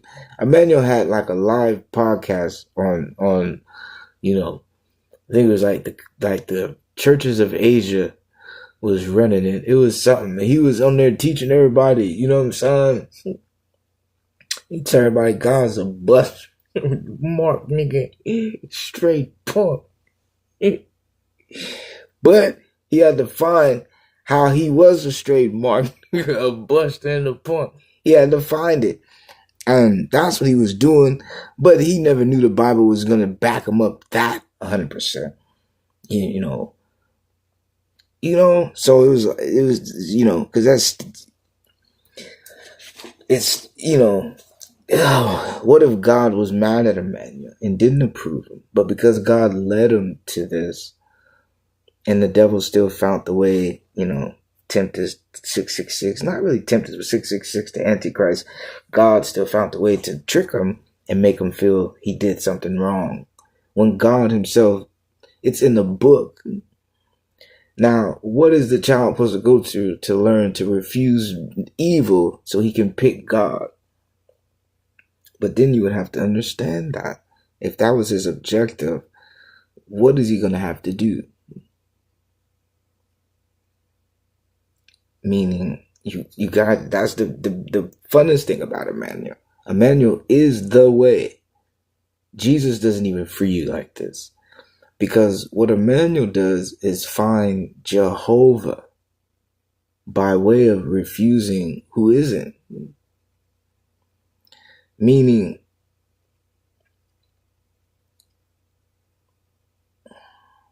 we all have to answer to God. So here comes God. And he's all tripping out, doing bad things. You want to feel beautiful, God makes you feel ugly, right? So beauty and how you can feel is still out there. God just wouldn't fulfill it. Then you have Jehovah, who God may even make you feel the devil's offering you something. Then you have Jehovah that sees your beauty, knows you want to be beauty, and wants to present this to you. But God, because that's all you know, you feel you're leaving, forsaking, and betraying him to go to Jehovah. When your freedom is right there. See, that's the difference. You have a God that's always going to want to argue about what you want, what you feel, your way. Then you have a God that knows it's you he created. So it's your freedom, it's your will, your brain said bird to create your way. And he knows that's who you are. Versus this oppression that ain't going to let you take 2 steps. How you going to honor God that wouldn't let you honor him because you couldn't move to do it? So because you're boxed up and locked away, you can never find yourself. So you never found God to honor because you don't know who you are. Because obviously God didn't make this box that I look just like his box. I look like her box because we're all boxed. But there's no human. There's no uniqueness. That's also another word for you can't find your mind. You can't find your frame. You can't find who you are, where you belong to.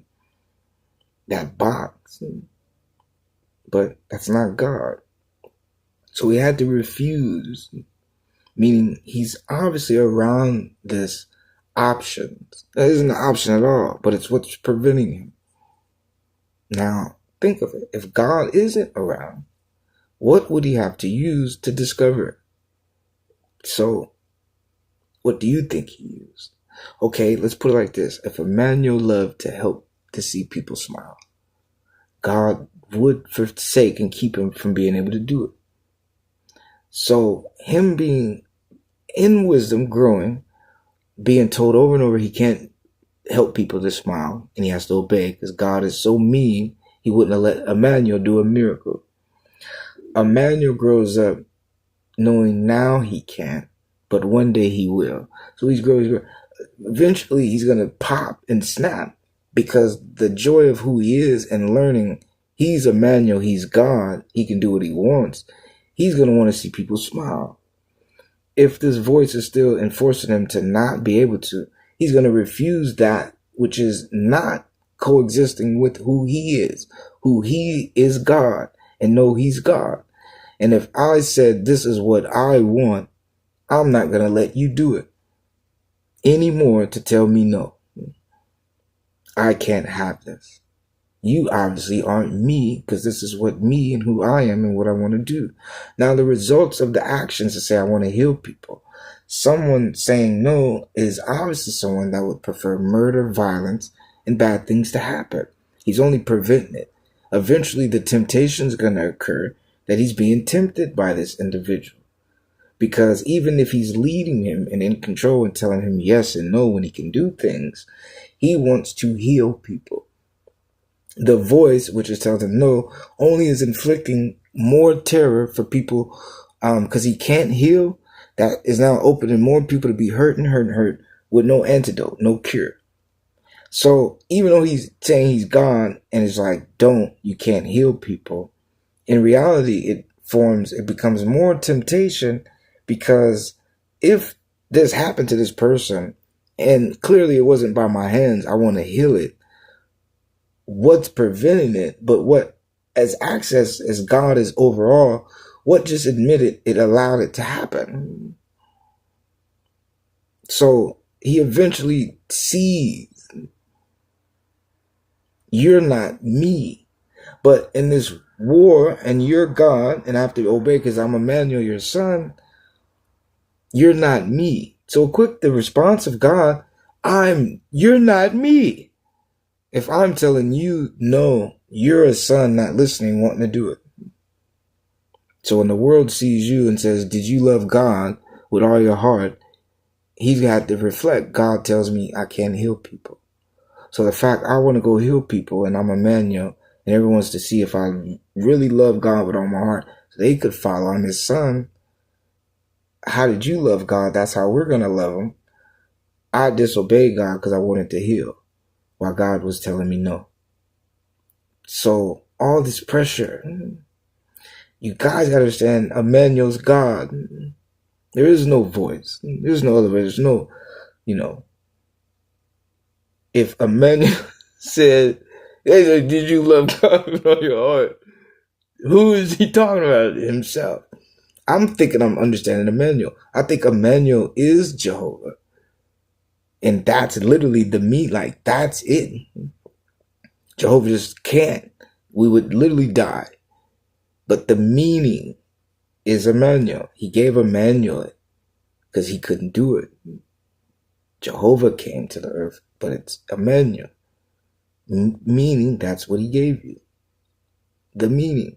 God with us. I think Emmanuel means Jehovah. Literally, like that was his gift.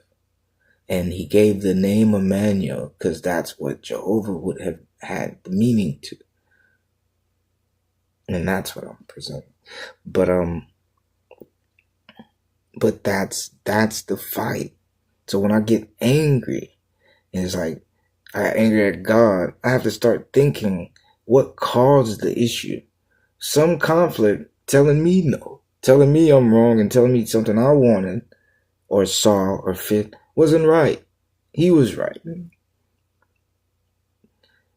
I'm mad, right? So I started to think that's what caused it, pretty much.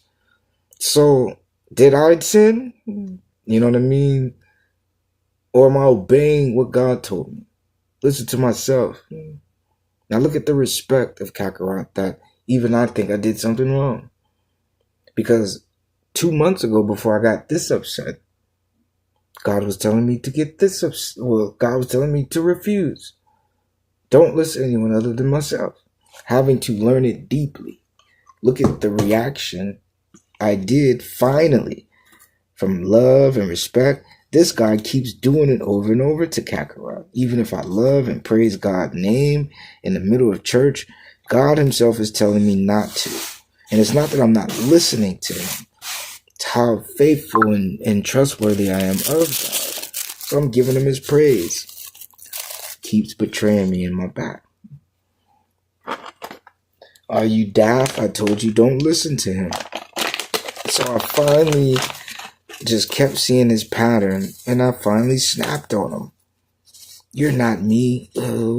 With full authority, full concern of myself, my teachings. Who's been here leading and prophesying to everyone? You. So who are you looking for at the time of danger when there was no one to look for when you were preaching? Who helped you when you were preaching? God. So who would you call on?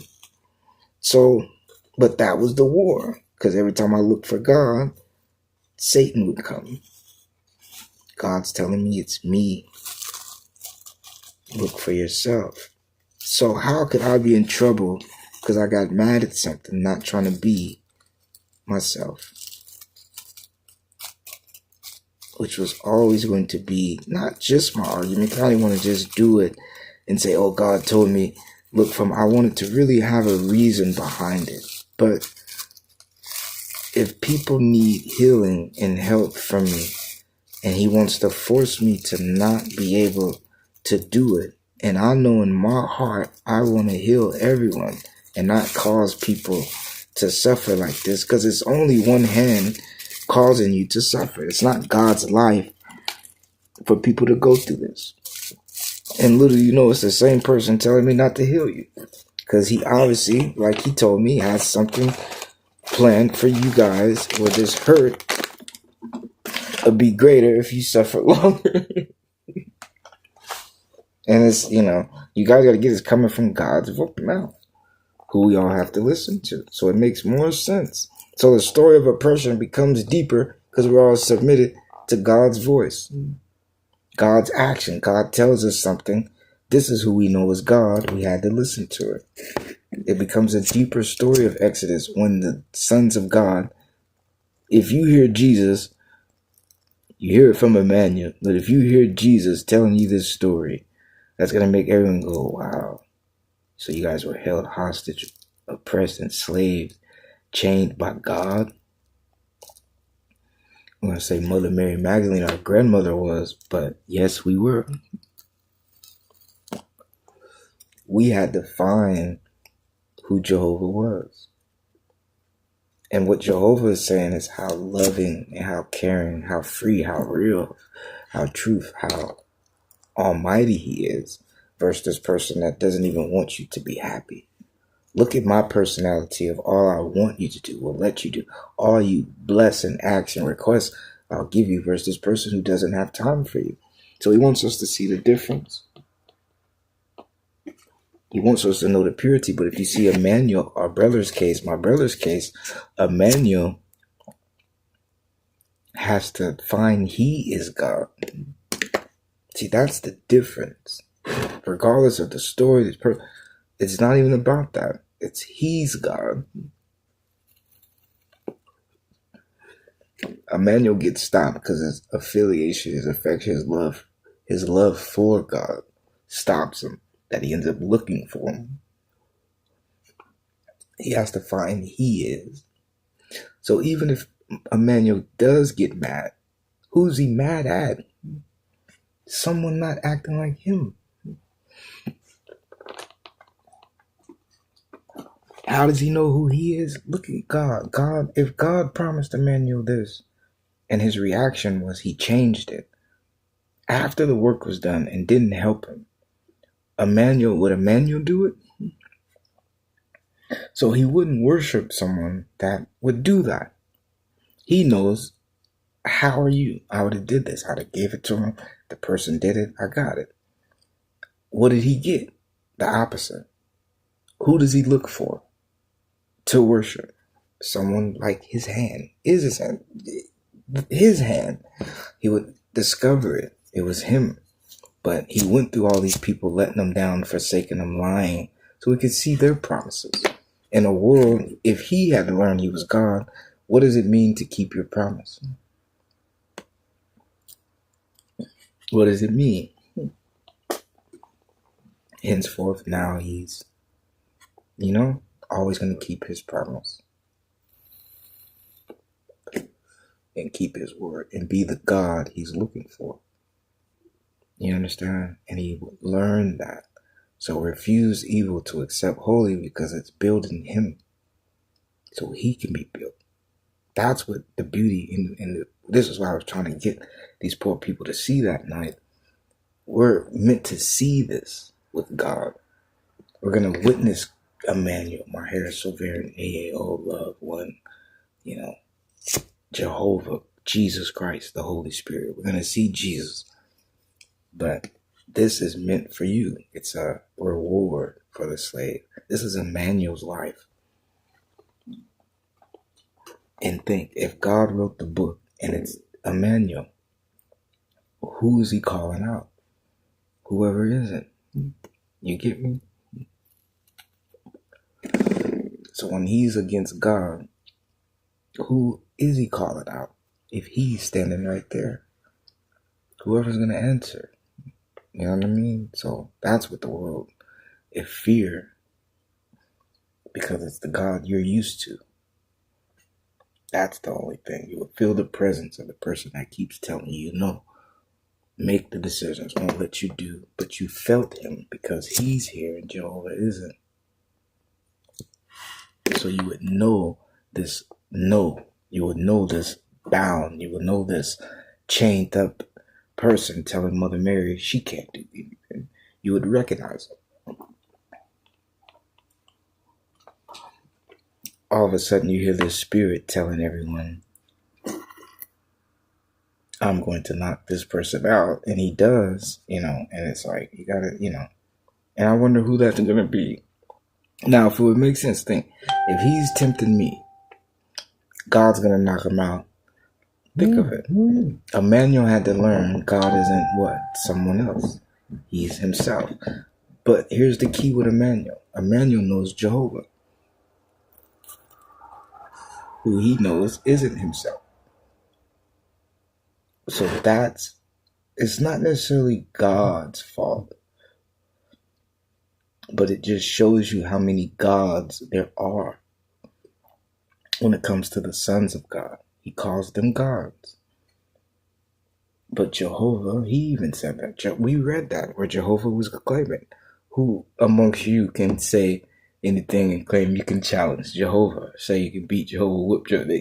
He was saying that to, and I say he's saying that to us. Because he named most of us and said, they're my loves, they're my gods and stuff. But which one of them can say anything to Jehovah?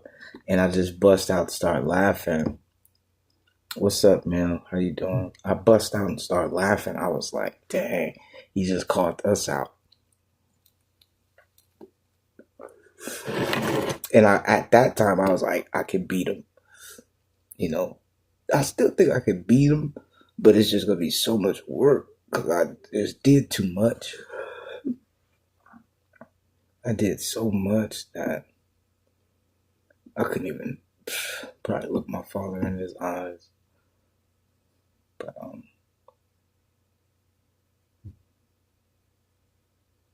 because my Twitter's doing that again, I gotta restart it. Okay. While I'm waiting for that to load.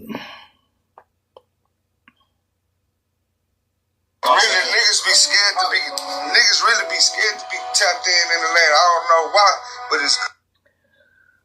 My phone is so slow. You push it like 100 times. Okay, where do we stop?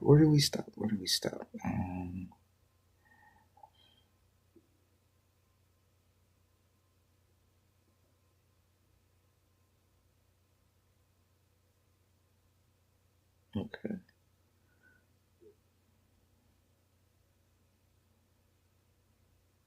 Okay. I think it is, 140. Okay. I don't want to turn the page, because if I turn the page and that's the last Psalms, I'm going to be mad. I saw that that's the last one before I turned it there, because we're reading it and I got there. So I'm not even going to turn it. So we're going to go to 140. I don't know how many Psalms it is, so I don't even know what to expect. So, deliver me, O Lord, from the evil man. Preserve me from the violent man, which imagine mischiefs in their heart. Continually are they gathered for war. They have sharpened their tongues like a serpent. Adder's poison is under their lips. Keep me, O Lord, from the hands of the wicked. Preserve me. No, I already said that. No, but I didn't read through all of it. Okay.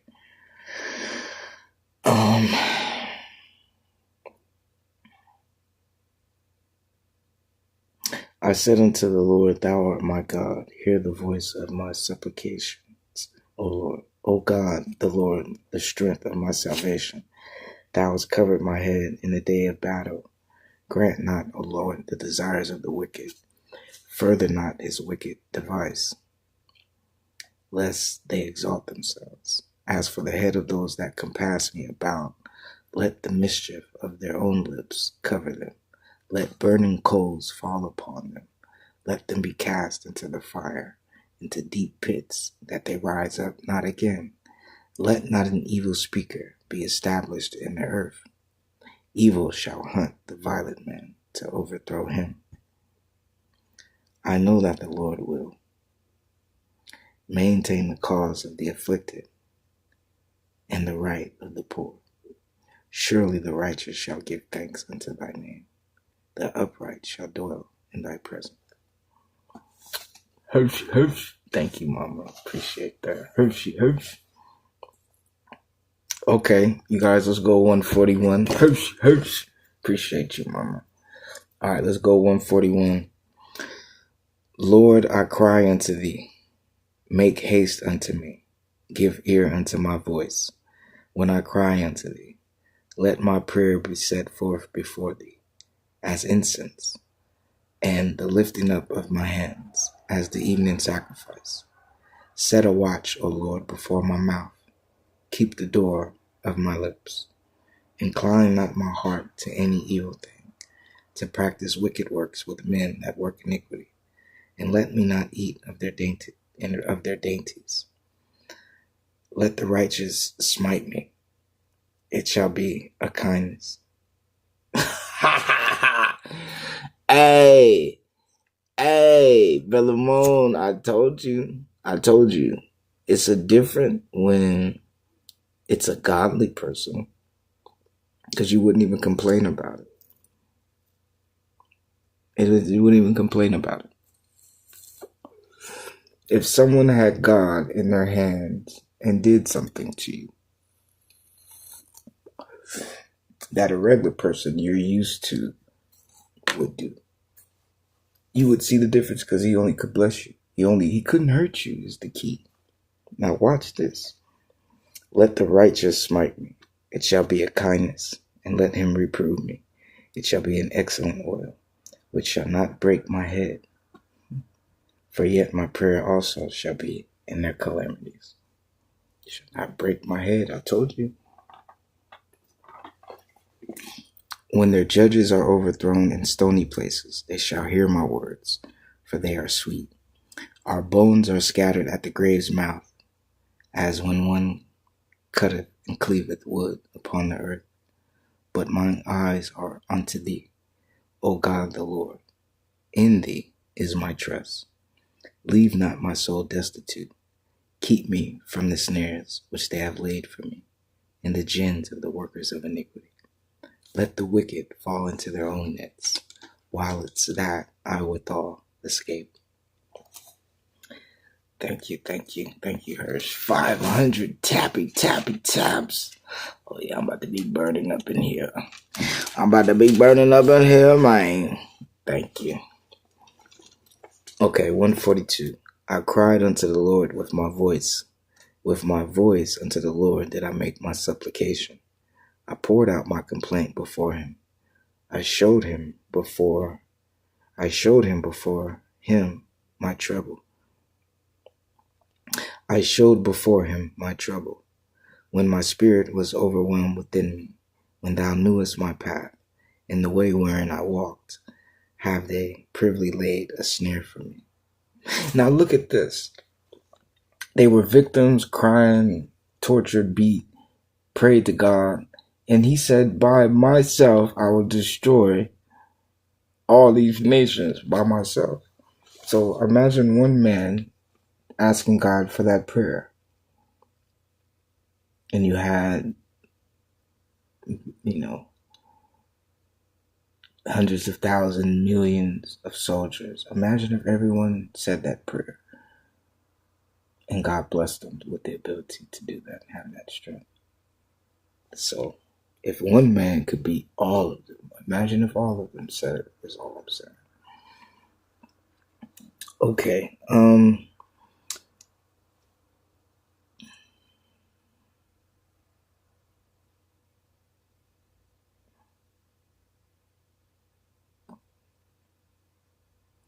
When my spirit was overwhelmed within me, then thou knewest my path. In the way wherein I walked, have they privily laid a snare for me. I looked on my right hand, and behold, there was no man that would know me. Refuge failed me. No man cared for my soul. I cried unto thee, O Lord. I said, thou art my refuge and my portion in the land of the living. Attend unto my cry, for I am brought very low. Deliver me from my persecutors, for they are stronger than I. Bring my soul out of prison, that I may praise thy name. The righteous shall compass me about, for thou shalt deal bountifully with me. Thank you, Hirsch.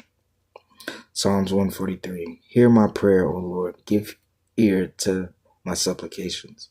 In thy faithfulness answer me, and in thy righteousness. And enter not into judgment with thy servant. For in thy sight shall no man living be justified. For the enemy hath persecuted my soul. He hath smitten my life down to the ground. He hath made me to dwell in darkness, as those that have been long dead. Therefore is my spirit overwhelmed within me. My heart within me is desolate. I remember the days of old. I meditate on all thy works. I muse on the work of thy hands. I stretch forth my hands unto thee. My soul thirsteth after thee, as a thirsty land. Hear me speedily, O Lord. My spirit faileth. Hide not thy face from me, lest I be like unto them that go down into the pit. Cause me to hear my loving kindness in the morning, for in thee do I trust. Cause me to know the way wherein I should walk, for I lift up my soul unto thee. Deliver me, O Lord, from mine enemies. I flee unto thee to hide me. Teach me to do thy will, for thou art my God. Thy spirit is good. Lead me into the land of uprightness. Lead me into the land of uprightness. Now, you would be a prisoner somewhere. So just because they got it and they're teaching their ways, look at the land, which is the foundation. So in Babylon, she thought she could call on her God in the land where your God dwells.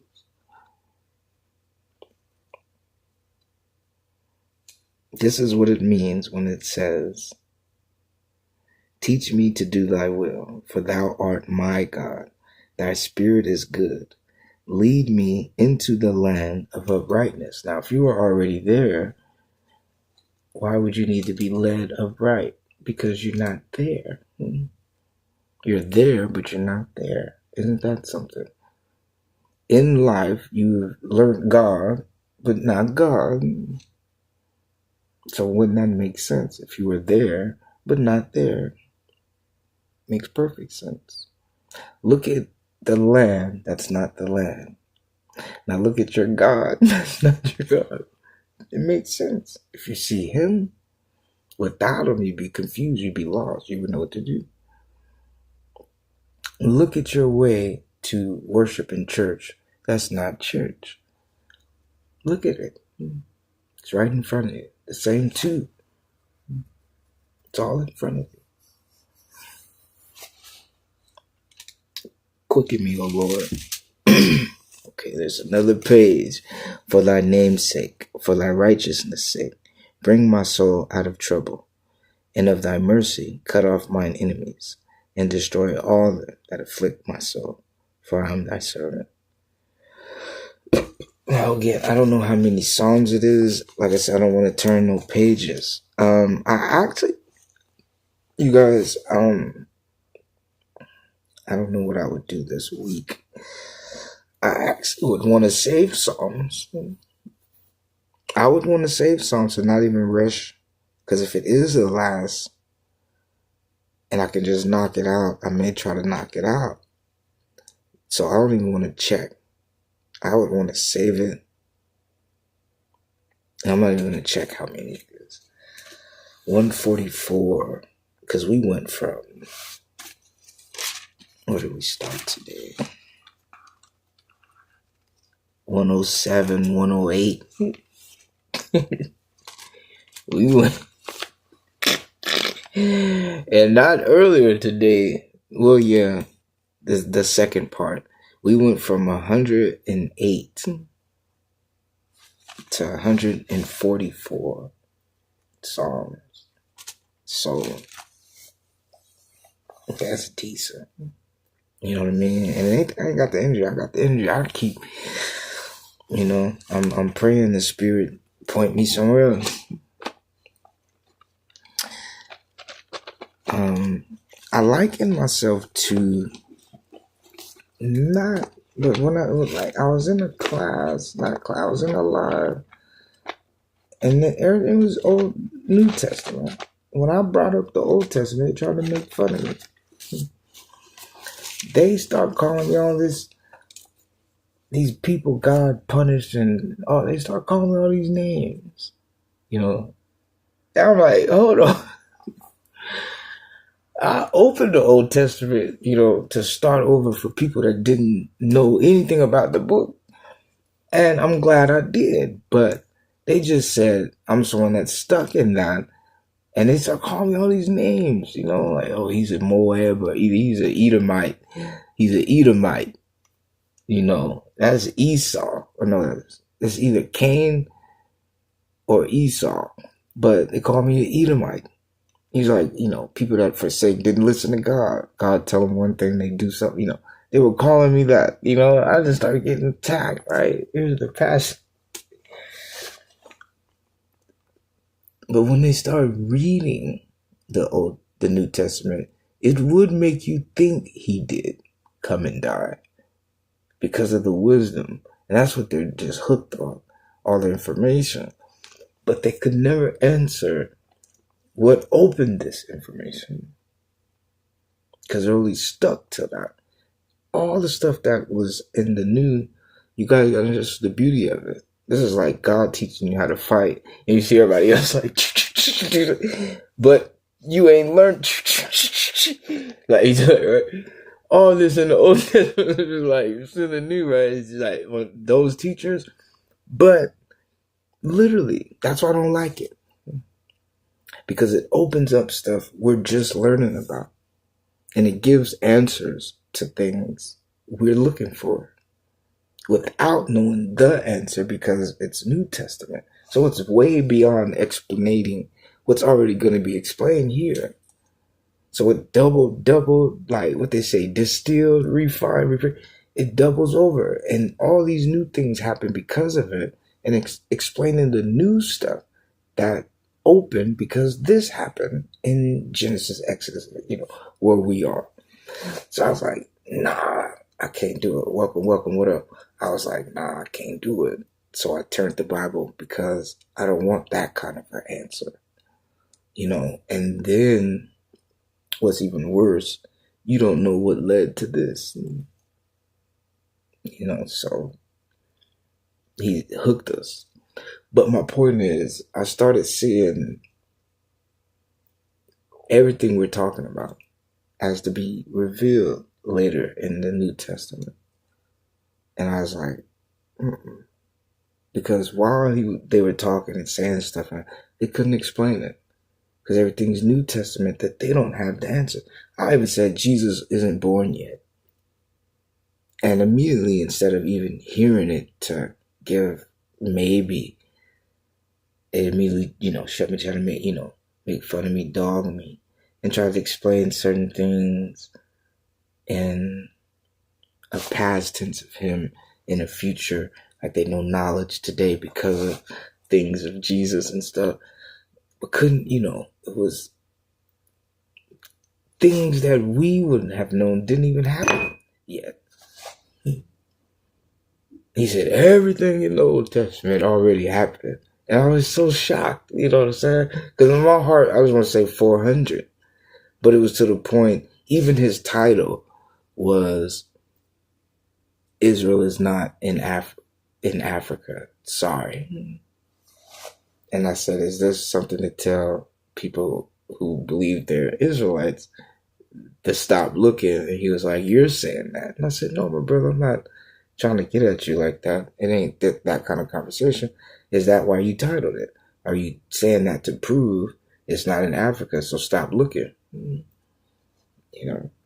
And yeah, he basically was like, yeah, so, you gotta understand if someone sees it like that, you gotta understand the blocks, because all he has is geographical. I said, do you believe that white man is telling black men we were baboons, monkeys, or this people? They couldn't tell someone else there are certain people too. You know what I mean? Just nice, And that's how I go off of it. But to compare real life with the Bible, they're not gonna, And that's the reality of it. You know what I'm saying? Because look at all the facts that we've uncovered, not looking necessarily in the New Testament. Right now, we're waiting for Christ, and we're waiting for the Bible to tell us more of what we're waiting for him for. But that's the thrill. And I was so shocked that no one was willing to accept nothing. They even called me a devil because I was saying Jesus isn't here yet. They were calling it blasphemy. That's why there are many that are coming my name, calling me like the false Jesus, because I was saying I didn't believe he did it yet. They took the Bible as just the book, and you can read Jesus will do it. And that's just how the devil just say in the book, Jesus. I said, yeah, it says in the book he will, though, you guys. That don't mean it happened. Then I even found the scripture finally where it says, search the scriptures all you want, for in them you believe you have eternal life. But they only come to tell of me. When I finally found it, they still tried to be like, you just proving our point. And I was like, oh my gosh, bro. He only said that because I got something that the Bible isn't going to have written in it. When I tell you that you can't find in the scriptures, is what he's saying. You can search the scriptures. It's not even gonna, okay, does the scriptures have that I paused this moment?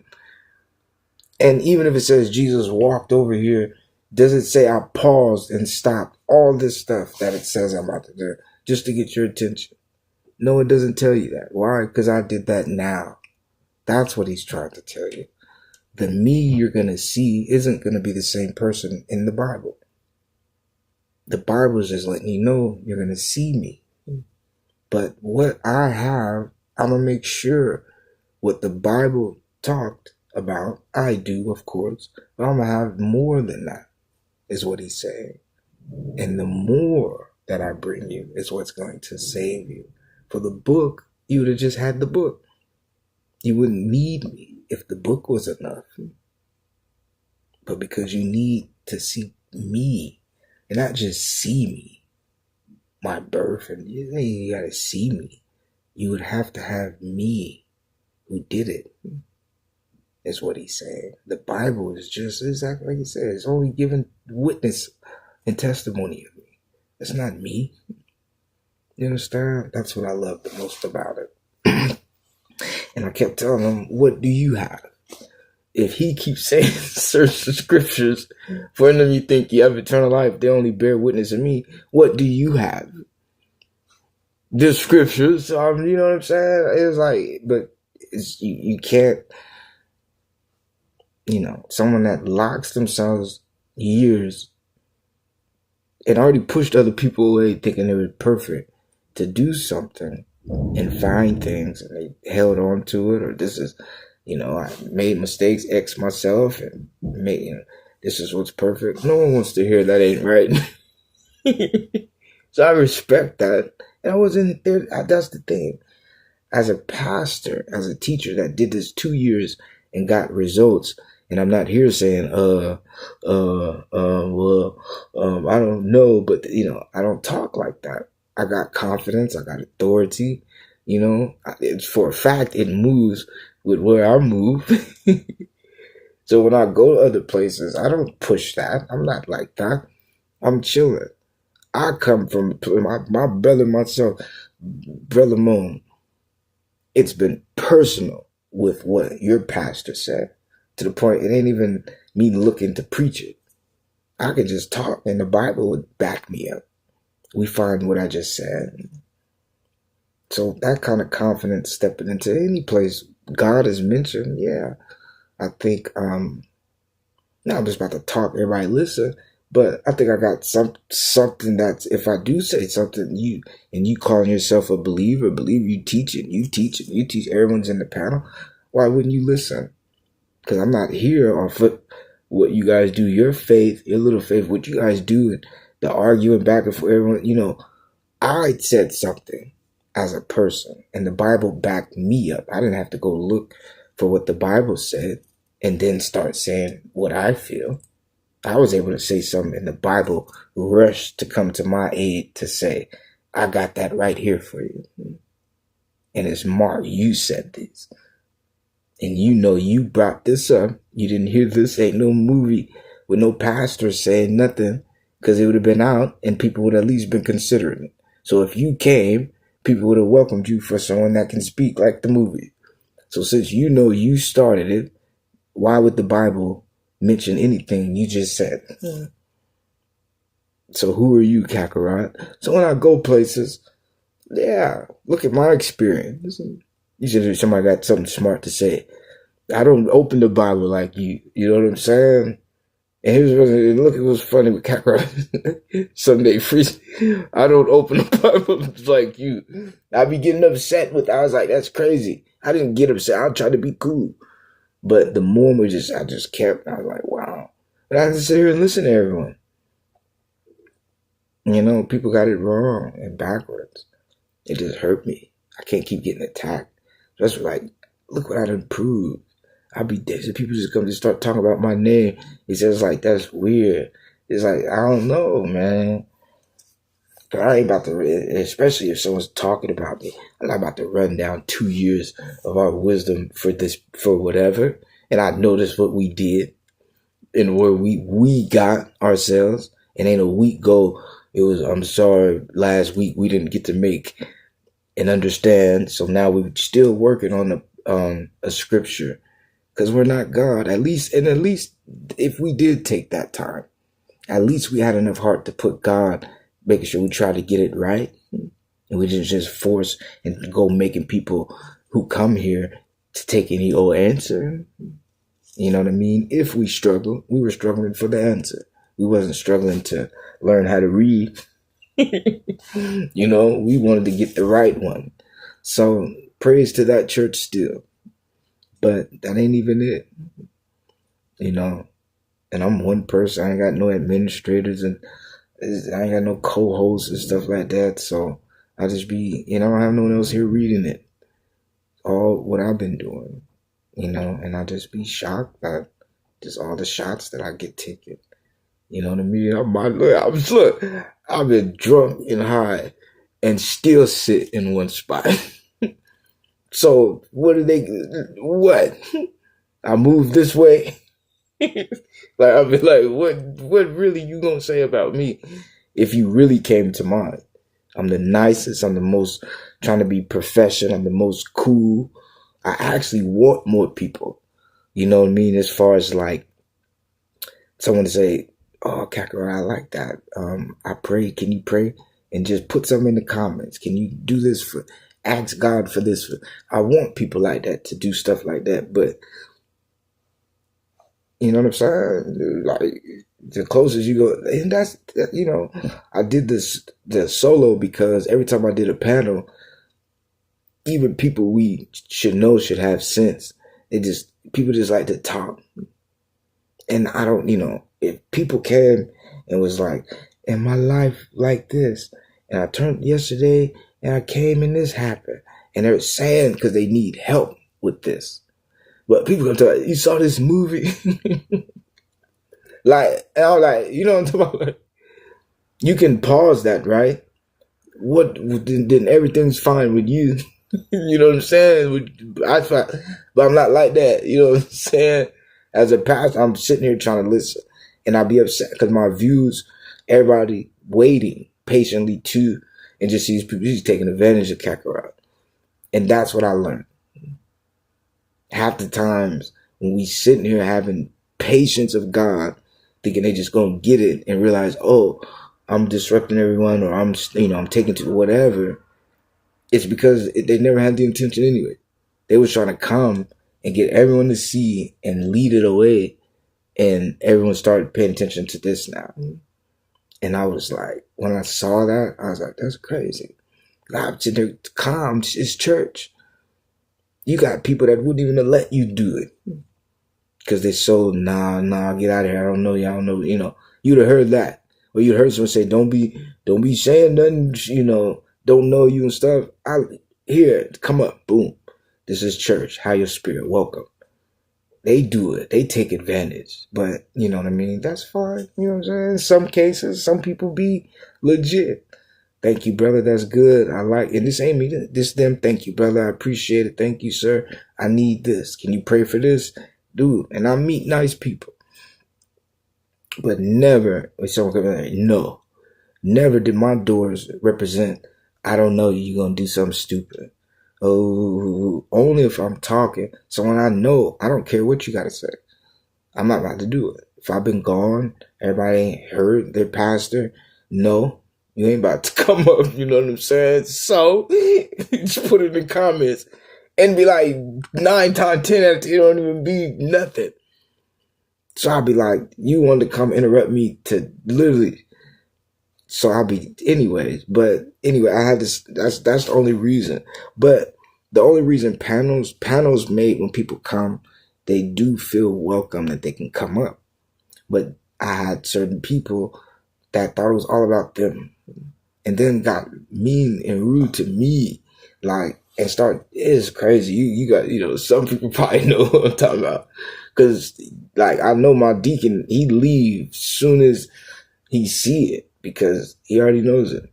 No matter how nice I am, it's the same story. They're gonna do and say and treat me, the panel, the whole church, God, when I'm doing the same way.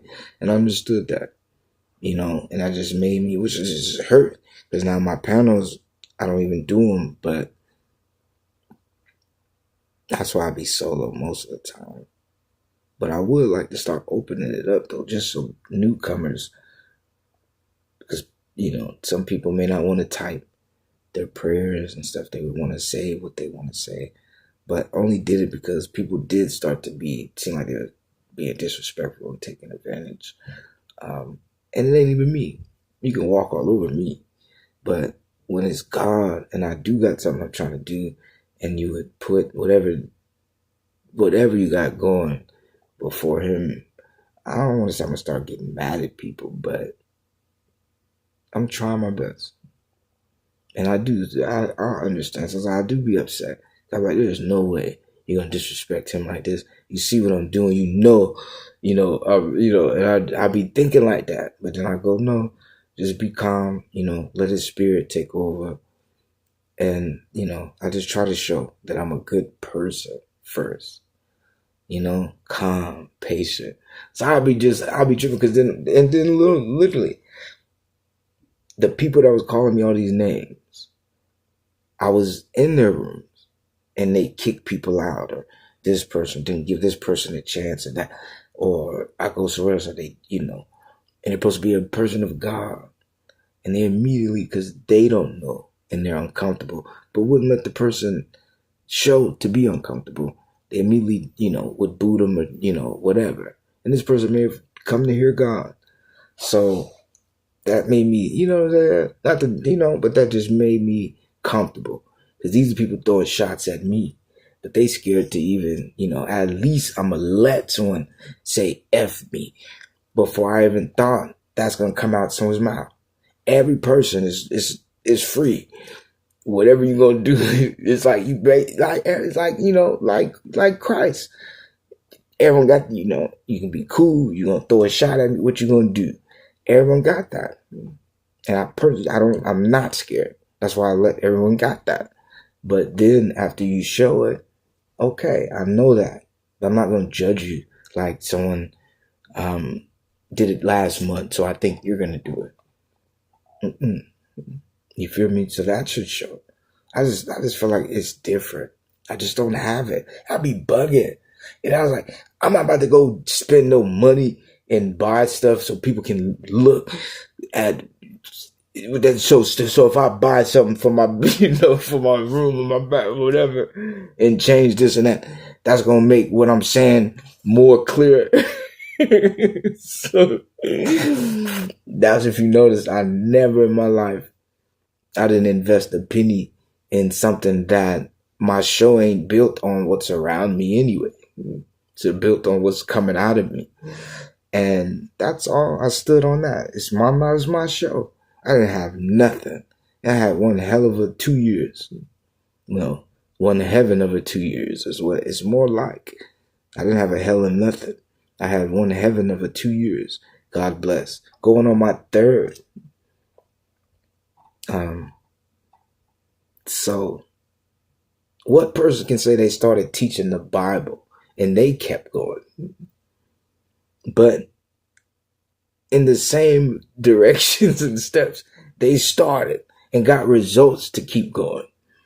Like, I keep going because God, okay, you can want to help God and God can want you to help him. So because God wanted me, not just because I wanted to help him, you know what I mean? He wanted me. So I felt that special. Look at what he keeps, you know what I'm saying? I shouldn't even be here, right? Look what he keeps doing for me. So obviously he wants me. Obviously he knows I want him. Because I wouldn't be going through this if I didn't want Jehovah. If I just settled for God, then, I'm in a war because I don't like him. I love Jehovah. If whoever this guy was Jehovah, it'd have been fine. But because you're not God, that's the issue. Which is, look how I'm slowly dawning on my feet to stand as a man that can walk this. That was the issue in my life. It healed me. My church, and the biggest issue, I don't like God, healed me. So I know what I can do for someone else. I know they wouldn't be on that mission. They may be victims, but probably never would have put that together. They probably didn't even care about that. They got their own stuff, because he sent that to someone to fight that. But I know I can take anything anyone is going through. I'm battling God. And the sad part, why everyone thinks I'm saying I don't like him, look at what all he gets to get away, that he's doing all the attacks, all the stuff he's doing to me. It's not no God is bad and I think look what he's doing. So I live a life with that guy. What does it say? Day and night I spent with this evil man. Like, I just, like, straight up, I can understand you. Because this whole time, he's never just left and let me be. This whole time, I've been battling this guy nonstop. Trying to keep my composure, maintain, show strength, you know. But it's literally like the serpent just crawling all over my body, then wrap me, construct me. I'm stuck. And it's like, what you got to say now? And I'm just stuck in his body. Like, he got his body wrapped around me. And I'm trying to preach. But it's all good. You know, I even love that. That's a good thing. So, man, and that's just how it's been. I'm going to really try to focus and pay attention. It's been more than that. My mind has grown. It's just something deep happened. I'm not sure good or, clearly it's not bad. And here's another key too for all my people, Brother Moon too. You guys got to remember, God has been in control. So one day when I had the issue in the episode, God got angry and refused everything, broke everything, threw down, got mad, was like, F God, like he did it. And I asked him beforehand. And he said, I'm going to show you. I'm going to show you the way. I'm going to show you. You know, he said, I'm going to do it. I didn't, it's God talking. So I'm in the day. I don't know what he's, I just, okay. And I knew he was going to do it, but he really did it. He only did it to show me I was walking the way. I was doing it. He did it. He said it made me that mad. I would do it. And he's like, don't forget. And I not forgot. I remember. There was so much pressure. I still start feeling bad, like I did something bad. And you realize God himself made the same reaction. It's like the bird. My son got so mad at God, he thought to destroy everything. I lived the same. God did it to me. I got so mad at God. God's reaction, Jehovah. I wanted to destroy everything. I destroyed everything. So he was only showing me I was right. I still couldn't believe it. Eventually later, because I still had that love. I'm guilty. God did it himself. I just have to hold on and believe I'm walking the right way. But the forsaken, Job, are you the man you were? And everything to make you feel you're going the wrong way. We already understood that. He did that many times. The fear of God himself. I'm perfect. Nothing's wrong. I would never do it. Who are you as a human to call me out? Is going to terrify you to not go. That still doesn't mean it's not right for you to have a God that built you. If you treated your neighbor like God treated you, think of that. So why would he break it with you and treat you like that if you couldn't go pass it around to someone else? So you have to use your mind on who's God. And what he gives you, you give someone else. But you wouldn't pass that, would you? So that becomes it. You got to love him for that. Trust God for that. So,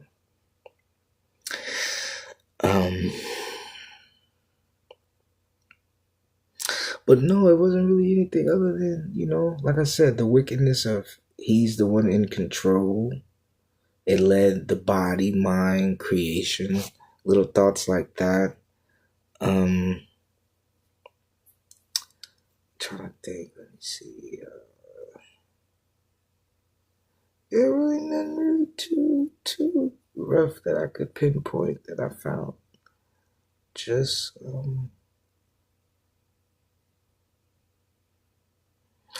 more wickedness. He did do other things. See, right now, God being called out, he was concealing it. So when you say God did this, he would have been that baby, that squeaky, that child. I didn't do nothing. Looked so perfect. You couldn't blame him when he did. So he was like that. You couldn't catch her. Now that it's out, he came like maybe a couple days ago, a week. He came and was like, you see my son depending on me? I'm not going to do it. And showed and did it in front of, like, even while I'm battling tempters, did it in front of everyone that he wasn't going to hold me like he said, and walked away. for everyone to see he really left him. So he been doing stuff like that from a person that you would have never, I'm screaming he's doing this. He's at, why you ain't listening? Why you ain't like, God, you just did this. How come you ain't hearing the Lord? And this, he would do that, trying to make me guilty. But he actually, that was recently. He actually was like, and showed me, but I don't know. That was, not weird. I was like, So it made me think. But he did do that. So I didn't run from it, but it sure, it tripped me out that he would expose it that way. I've been saying he's been doing that. And it only just made me think, what if I left and kept believing in him? And that is him, what he was doing. It just made me feel happy of who I was as a person. That I didn't have to fall victim to God knowing I knew it. And I had a lot of people call me devil, what I believe. People run away from my teachings, feel they got to get away from me. I guess it's supposed to stop me, make me feel bad, but I just got to remember I started from everyone that opens this book, whether they heard it, learned it, read it, and I knew. But once I started, I had to focus on to teach it, begged him to let me not be so lying, deceive, and just because you don't know it. Not that God said don't do it, I teach you to do it.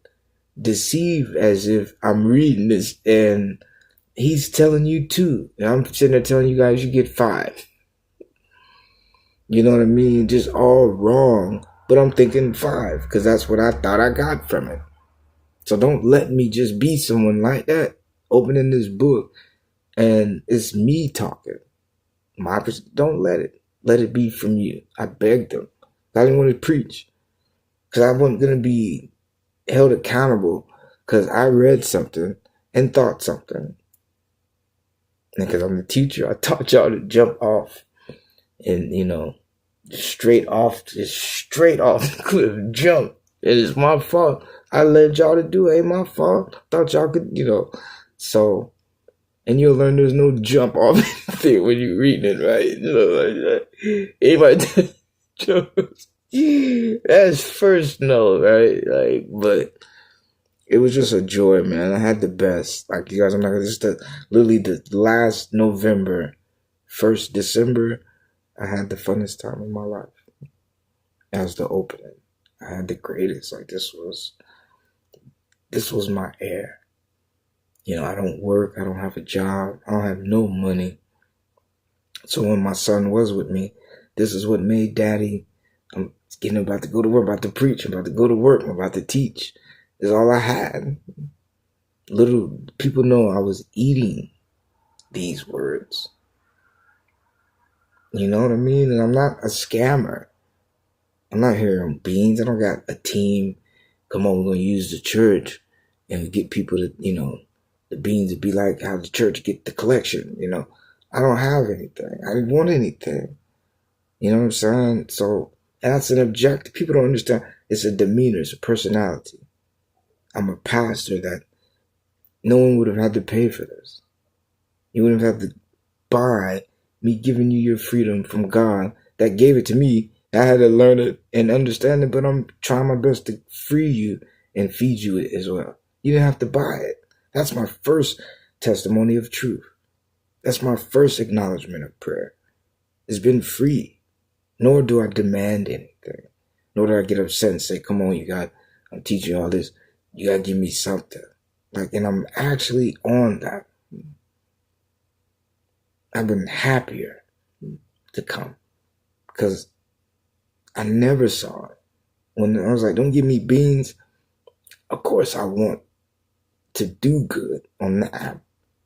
What I mean by that is see me. You know what I mean? And let that be what you choose to give. But it's not the beans that I'm here for. Because if I could have 100 people like moan, the Kakarot's all in this church, and they're here, and you don't see that exit until I'm finished, I'll take that over. I can make quota every month. Because I know I got 100 lives trusting, not me, trusting this is what God said. God is pointing in this direction. God is saying, go here. Because Kakarot is who he's using and leading to direct us to go there. But I believe God is in him speaking, telling us this. Because look at what he's gotten, And this, it's not sad. What's so gorgeous about it? We prayed to God to help us find who we are. First, as a church, pray with me. God pointed in the direction. I say he's going to do it. See, the only thing, I already knew it. God told me, like in the book, if he appeared to someone. So he already told me. Told me I'd find it. I'm asking him to help me find it. So I already knew I was going to teach you guys about a black God. Isn't that something? I already knew. I already knew 400. Now to teach it and preach it and start the gathering of you. Look at how we were able to find it. We already knew he was going to lead us to that point because that's where he gathered me for. To be the leader for us, to be black. But did he present it how I'm teaching it? No, because some of these things I learned while still a student of his, being a teacher. Still having to learn more from him. Come and say, I can do this. And I'm glad at that time. That's perfect time. Because I still had to learn things. It was things I didn't even know. And things because I was taught by this racist system that taught someone else things that weren't even right. All because it's Old Testament and we just take what someone said. Reading it for yourself, that's not even how God is. One, there's not even a requirement to get to him. If you can be almost dead and call on him, he help you. I don't think while you are fine walking, there should be any problem of saying, God, help. Ain't that something? About to die, God, help. Here he comes to save you, right? Everything fine, God help. It be nighttime now. You still waiting for that to come. He ain't show up. But there's no I ain't sure, but there's no requirement. There's no requirement for you. And that's so far what I've taught everyone. Now, has God, with people obeying him, set up laws specifically for them in obedience to honor himself? Yes. But how could you require yourself to do that if you haven't even got to where they were to know him and to know to listen to him and what he asked for them for? So you would have to even learn the requirement yourself to be able to fulfill it. So that's all.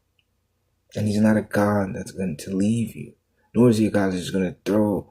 If I'm studying 10 years and I got smart, someone just now getting to him isn't going to be faced with what I had to go through. He's a developing God. So, and this requirement thing only starts, it opens up a way for him to take his time. And what I mean by take his time is this requirement thing, when you need God, it gives a stipulation that will eventually, maybe not first, second, right now, when you need him the most, you'd have been so deprived of his rules. Step 1, step 2, step 3 to get to him. He now has a reason to tell you no, because you didn't do it. It just slowly opens up what's already in front of you. If someone presents a butt to you, first and foremost, 5 years later, it may be 2 butts. off that butt. So you couldn't expect it if that was how he originally presented himself to you. He presented himself to you attacking you. How are you going to pray to him? So you got to believe in what you believe in to find it. That's what Job had to do. He had to believe in him. So he had to believe God was this, not and think. What's his inner world? You only see this, you only have this. Right now, you need this to eat when you know God would feed you. But at the time, that's all you have. At the time, was God doing things while the devil was doing this? Was God in the midst making things this way and that way? No. All he saw was that.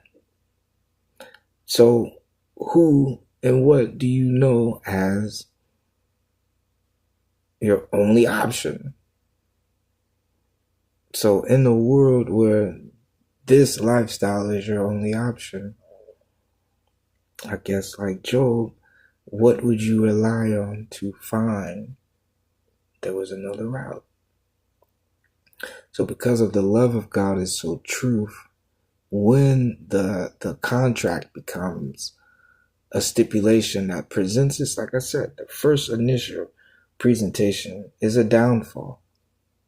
How can it get greater when they already hooked you to accept worse and less?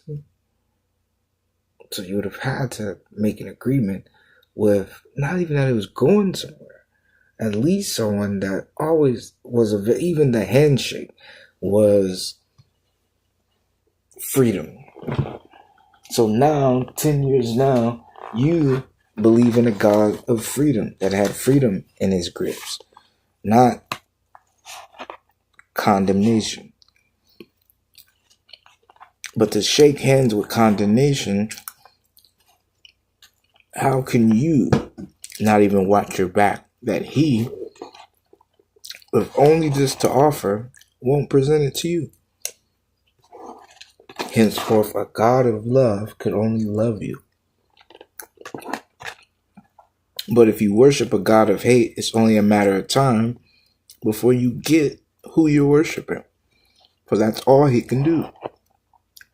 That even he soon will realize he's hatred only, not love. And no matter what he did, he couldn't deceive it.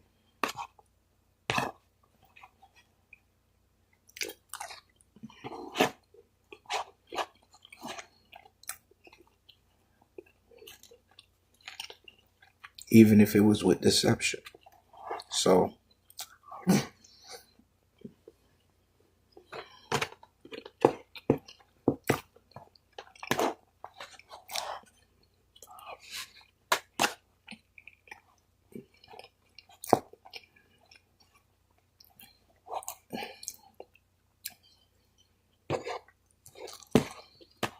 it just comes from a purified heart.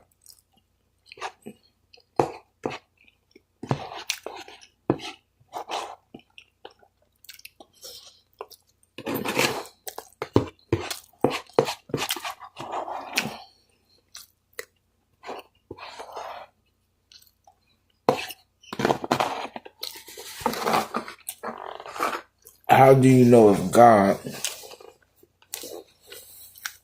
is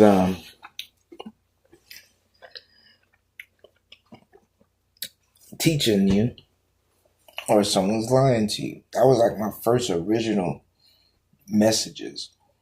How to define the difference between God sending someone and someone kind of sending themselves.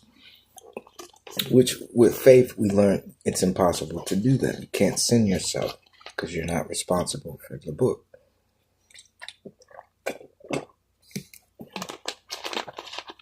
And it's only perfect. If God blesses you because he taught you it himself, you can go anywhere because God has blessed you to go anywhere. But if God is not in you, you can only go as far as you're capable of, which clearly from your capability wouldn't be too far. And that's just to secure the person following you. Your own feet halting will protect the life to not follow. So it becomes even God is in you and not in you like in you to work a miracle through you, but in you as a sign to these people that he is. Because he didn't allow this false message to come past, which would have been the message itself if you trust him. So he keeps his word even in the liars by warning you of the deception. Henceforth the word, because if the word was a liar, they would have been able to tell it to you. Since the word is truth, it will not allow its truth to not be passed. So you gotta have faith as such. Even in the midst of darkness, God will present his light. And you have to believe that that is. You can't just look for it as if he has to hold up his deal. You have to look for it. You're the one living the life. It's your fight, it's your strength, it's your peace, it's your pace, it's your objective.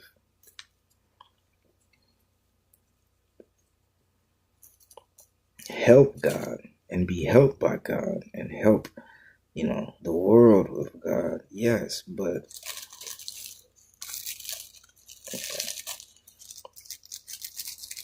and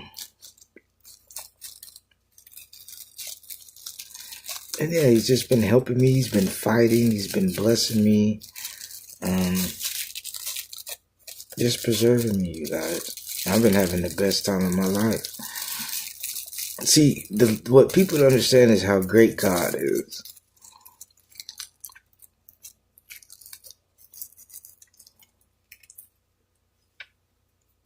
Even now, it appears as if I did the worst sin in the world. In his reality, that's what you got to see. God planned all this ahead of time. Even me thinking I did something bad turns out to be what he wanted all along. So that's what I mean. But even right now, it appears so wrong. And I hang my head down low. And it should be held up high. Confidence and faith and trust. So here comes another issue born.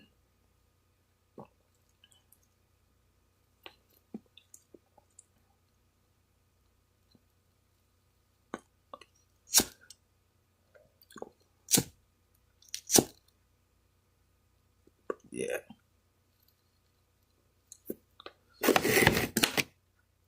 I've never known love like God's love, Jehovah's love, his faith. Never ever.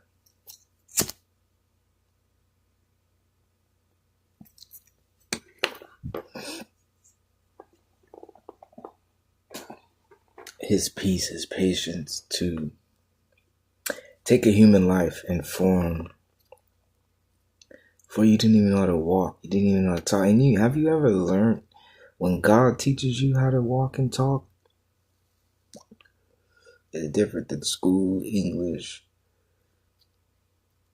Because if you do all that and you go to God and he tells you you don't learn, you haven't learned anything.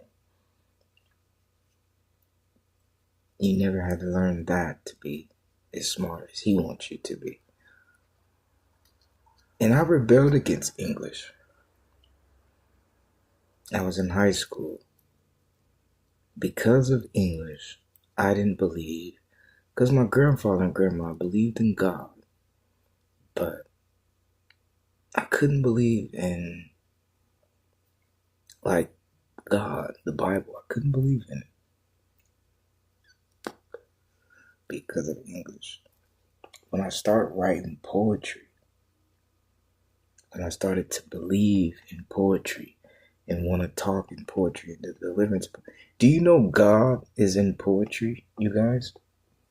I mean, literally. My hand on this Bible, God is in poetry. Literally. How God created the earth and how the earth can create and bless and make things come alive and grow and be. Poetry gives life. God is poetry. And because the only miracle I've ever witnessed was the miracle of poetry, I dedicated and vowed and threw away English, complete sentences, the ABCs, all that.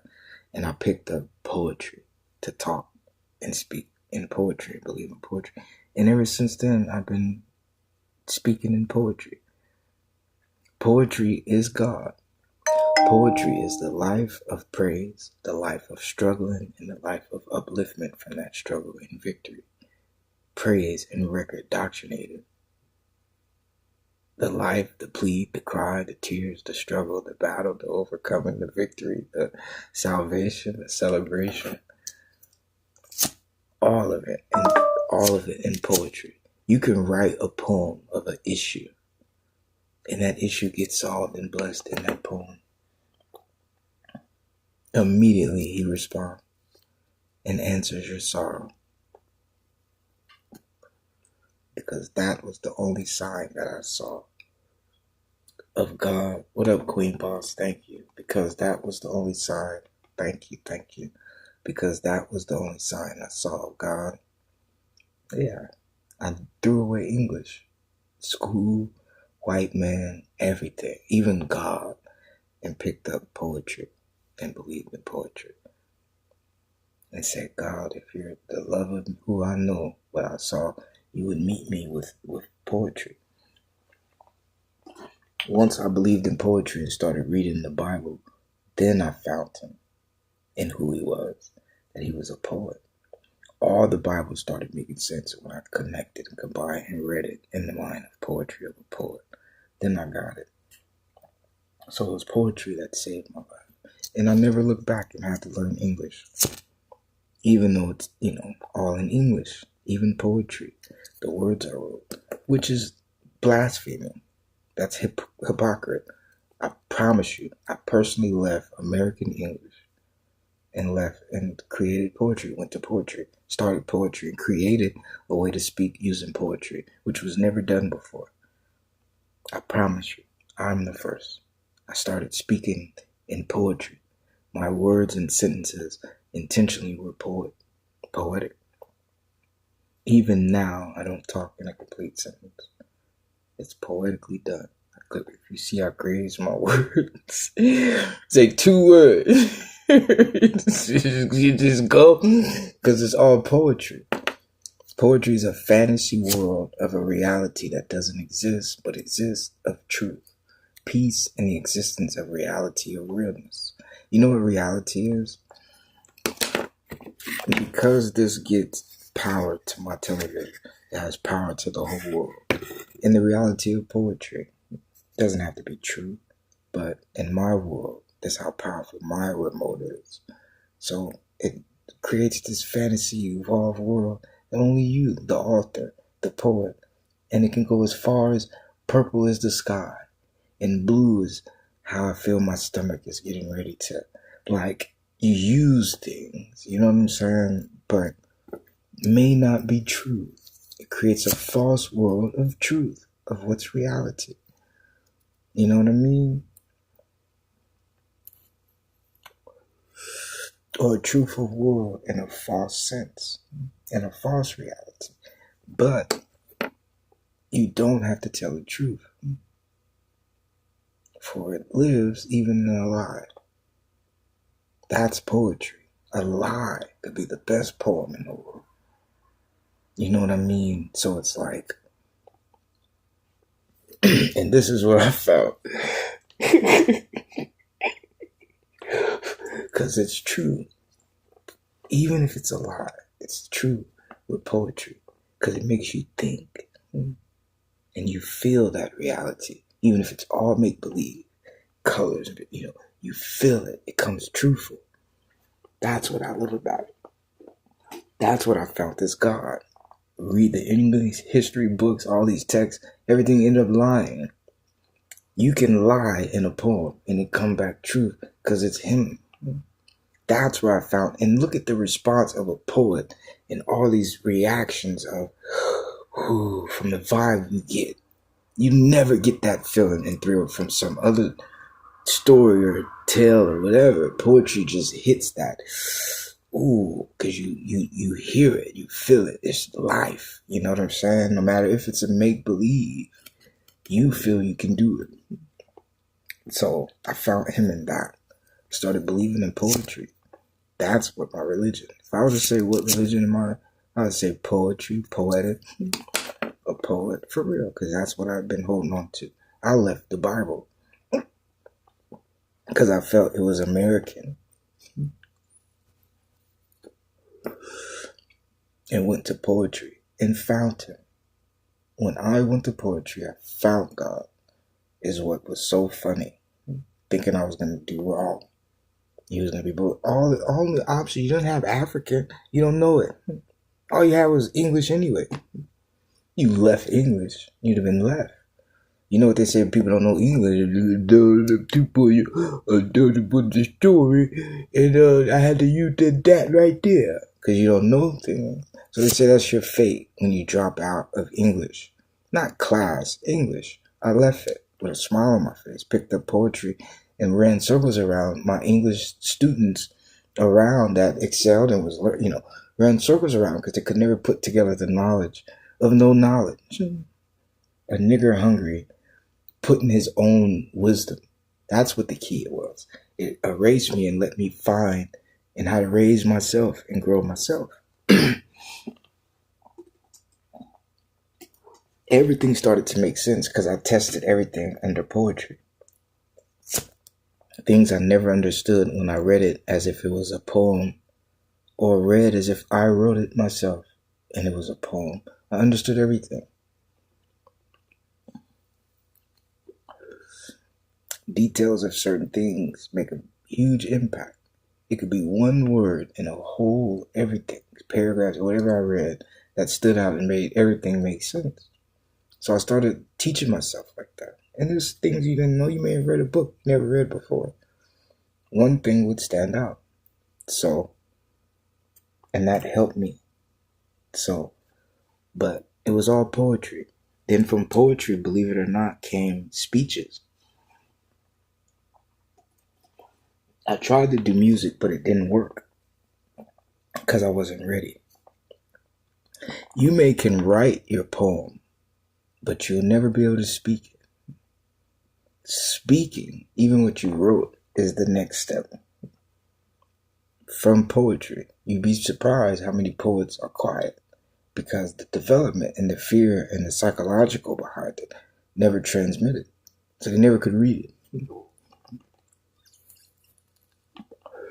Because it traverses you, it takes you into it. And you must be able to tell the truth.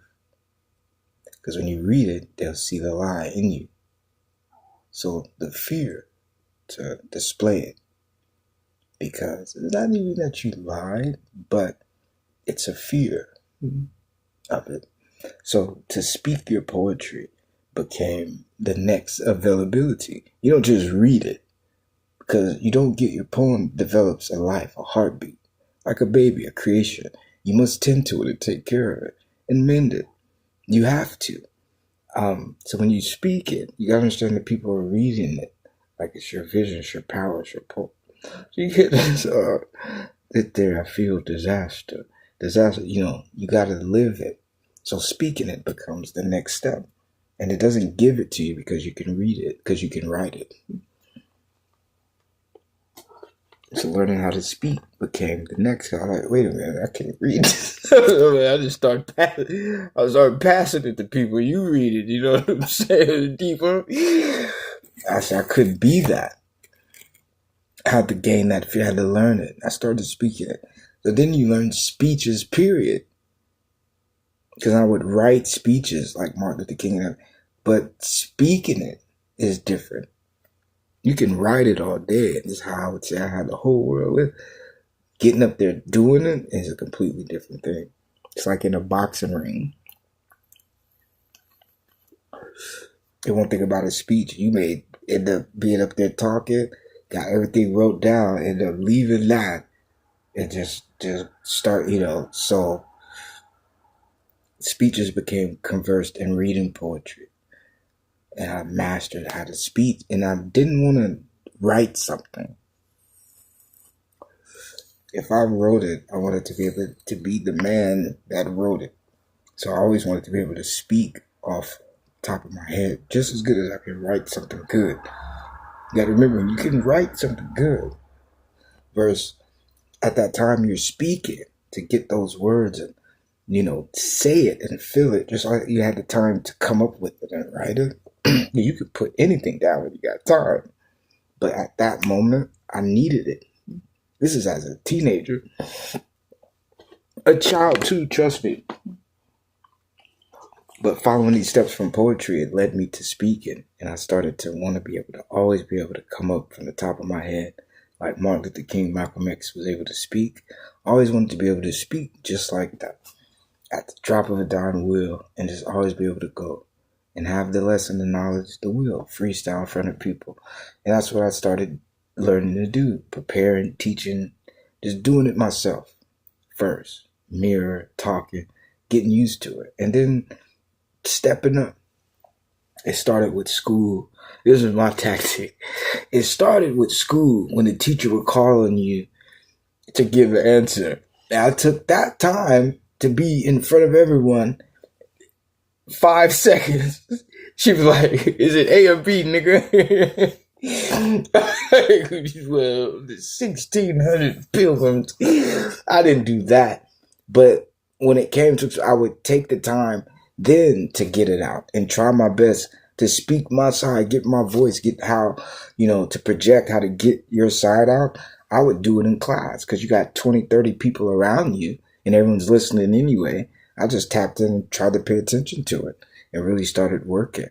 Pretty soon people will come and just want to hear you say something, or you have lunchtime, you got people, things like that. So it just started to develop.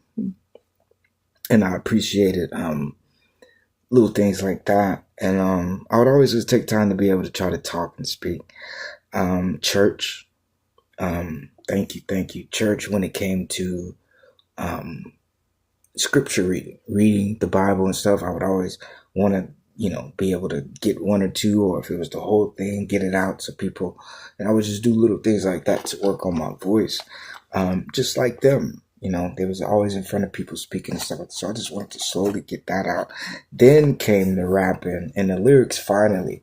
And then honestly, even in the midst, I even think the movies, writing the movies came in the middle as well too. Being able to write a movie. It was like, you could put all that together. Because think a poem, the speech, presenting it. If you could put all that in the form of a movie to get everyone's attention to watch it. And I was already, so I started focusing on movies and got real good in that and developed how to write and do come up with, I did that finesse movies perfect. Then I got to the music part.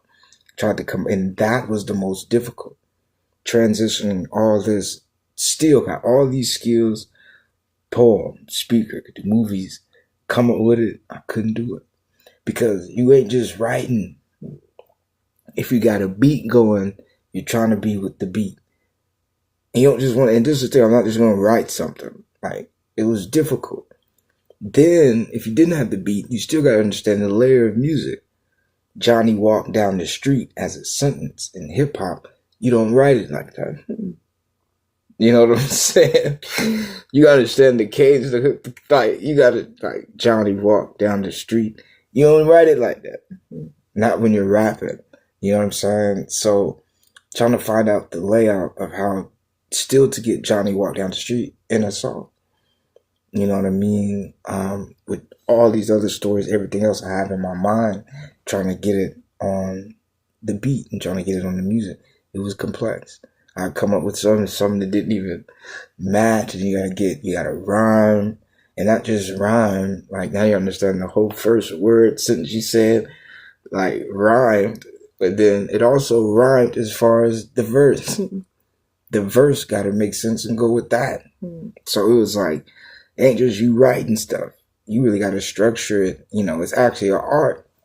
So that whole difficulty became, of course, man, I ain't good. I ain't gonna be able to do this. You only 14 trying to, you know, and you're not just trying to do it. You're trying to be, you know, Rakim, LL Cool J, um, um, um, let me get one more before,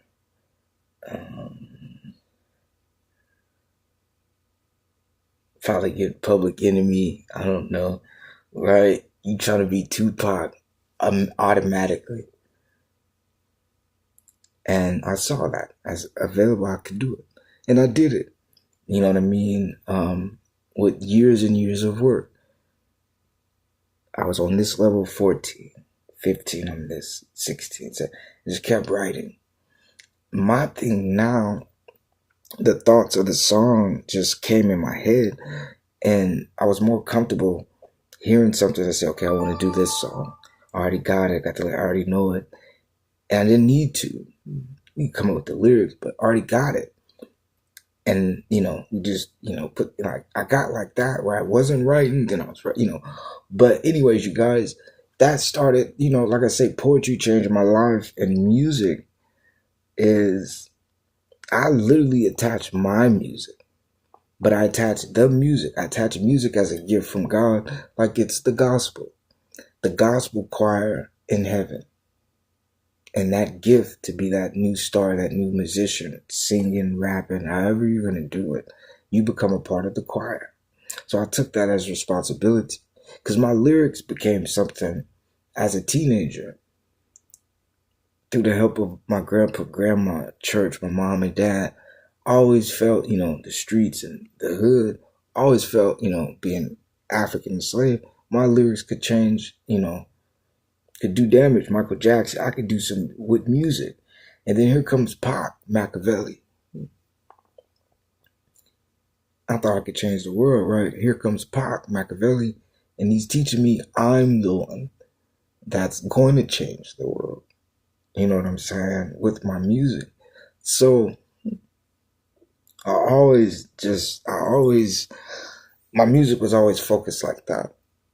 You know what I mean? It was never a club. It was never too much gangster. It was never, you know, not enough love, R&B. It was always, but my focus was, I'm a life rapper more than anything, I think, before I can enjoy which I can hear a beat instead of like some club and be like, okay, I can do that, but I'll train myself to say, okay, no, don't think like that. Because even coming up, I couldn't create no hip hop song. I couldn't come up with no, this is going to be this kind of song. At Pac being at the time my guide, this is Machiavelli the Don. This is what so tripped me out. He's supposed to be dead. So would no one be able to talk to Pac and get no lessons and hear anything from Machiavelli ever in their life? Here I am at 14 because he put it in his music. He who listened to him, he was going to be able to do something for them. That got to him and opened it. That was Tupac. This is before the devil. This is why I love God so much, because you guys got to understand there's an identity of this person before he was this person that we know as this guy, this bad guy. He was a good person that obviously God loved and attracted to. So Pac was with me. Pac's supposed to be dead. But in Pac's music, he put out, if you can get to me, open me, understand me, there's something for you waiting. There's a gift. I have something for the person that can listen to my music and understand it. Something special versus anyone else that already listen to my music. Even his music makes you focus and try to pay attention, try to get to it. Versus anyone else, with Pac, you sit with something to do while you're listening to it. You're not just listening. That's the guy, they say that, oh, I know him. He from New York. This Biggie or whoever you listen to. Pac, you actually got an objective in front of you. You actually got to do something, which keeps you coming back because you want to keep opening and getting closer and closer and more. So that's what I'm saying. As a child, as a teenager, he's already presenting me. But the key is once I start getting closer, I started opening it. So as me starting to complete it and opening it, he's getting open and it's becoming open. So that promise that I'm going to do this, he even starts opening it and it becomes even more. And he knows he's been open. Someone has opened it. The songs become dedicated for that. Then he starts making new ones. And the new albums start coming out because he's open. But you guys got to understand what he's talking about in it. So me opening it, it blessed me and presented Pac to be able to come. Lord willing, it came through his music. I was able to start listening and then start opening in his music, start pointing out things in his music. But the thing, it would be exactly what I was thinking about. So that's what gave Pac so much praise as a musician that there's no way. And it would be a song before he died. Not he died in this song. It'd be a song before it. And he's telling me where to go. And I listened to it and it exactly be right. So I said, dang, as if say, nobody got you, bro, because you're dead. And yet this is, you were already working on it. He already, at that point, he knew to do that then. This is why he was here. So that's why I loved him so much. And I just started, no music, no rapper. Nobody actually cared as an artist to make a black man put this much time and attention to focus and think and try to get somewhere. So I started loving him, loving his music. Everything became Pac. Just everything dedicated. I wanted to be the next person as an objective. Look at who I faced. Look at what he was able to do. I was like, dang, even right then, him telling me I'm this person that opened it. And you guys got to understand how this kept praying because it's through the music. I said, I just need you to talk. I need you to point out and speak to me directly. I keep hearing your music, but your music can say this, or maybe it's just because I heard it and I'm thinking that's what you said. Like, I was like, it's getting confusion, but look how it got me. I'm here. I'm even able to talk to you like you can. So I prayed to God. I said, I need to talk to him. I just kept working. I was his 15 or 16-year birthday. Pac was able to start talking to me. God allowed it. Me and him was able to, just like this, full communication. He's talking back. And he's helping me and guiding me through my music. Helping my music become greater. Helping me learn more. Questions of, I'm even asking him questions about himself. What happened in Vegas. Everything, of course. Is he alive still? But still be respectful. Didn't even ask him. I don't know. But when it came to my music, if I needed this, if I needed that, what did you use? How Tupac Amaru Shakur is talking to me, feeding me, helping me, right? And get my music greater. And I thought, like, I'm about to be the dopest because everyone's waiting and looking and wanting Pac. They would do anything if Tupac could help them with their music. And I got him, and we're not even together face to face. Like he had to be. It's through his music. And I was so happy I started opening it up. And so because I was able to be the one that started understanding him,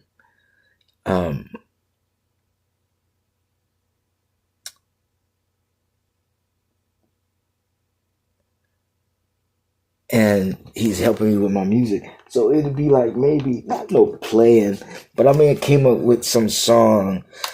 If Nelly did Air Force Ones or somebody did, Shake That Laffy Taffy or do something like regular. I tried to write something and immediately slap my hand, not like that, but he would slap the song out of even my mouth to even think I could be on that level. I was like, Dad, but there was the #1 song, Nelly song, and you got this, like, I'm naming all these people that to him, It's like, you know how Pac would be. You know what I'm saying? How people's, and they may have had the number one song, but to him, it was, just some song to get people to spend their money on. It wasn't no reason, wasn't no point. They didn't, they wasn't trying to make a song. They was trying to make a song to get people's attention to just, act like everything's all good. So he'd be more like that. So my songs had to be something that was for you, for the people, get your attention, and not waste your time for listening to it. Giving me attention, even if it was number one, you wouldn't bought it. I couldn't sell you out giving you something that was just, something that I knew was a song. Because he said that's what it was. You do. He called it a song. That's what he called it. They song or whatever, So, yeah, I'm laughing, but it taught me something. I never to this day wrote a song like that. I can't. It ain't even embedded in me. Every song gotta be like something like full of purpose, something good that's gonna scorch the earth and get it right. But he did that for real. He wouldn't let me settle for, you know what I mean? He wouldn't let me settle for just some rapper. He put it in me to be the best and the greatest, and even that push further and go higher and higher and harder than that, and excel. And I thank him for that. He put that in me. That's what's been embedded. Because even now, my heart to music is, I believe music as the way. Only because I'm in it. But what it's done, not because I'm in it. I believed in music first. That's what made me want to be it. I fell in love. I follow music. I'm under attack because I love music so much. People want to hurt me and try to take me and destroy music because how much I love it, how much it loves me, how much I give for it. Trying to say, you'll never be able to hear this dude, so, and play this again and do this and let it, take it. That's what they want to do, just because I love it that much, and it saved my life and helped my life. I just been my Migo of who I am with music. I just have another feel and love for it, me and it to go together and be over here. Now I already asked it before I started teaching the Bible to follow me. That's where I was headed. I felt music did its best with the way it was walking, but it wasn't itself. And I wanted to take it away from it and take it somewhere where it can be itself, just like it took us. Now, Christ destroyed his body, his temple, and rebuilt it.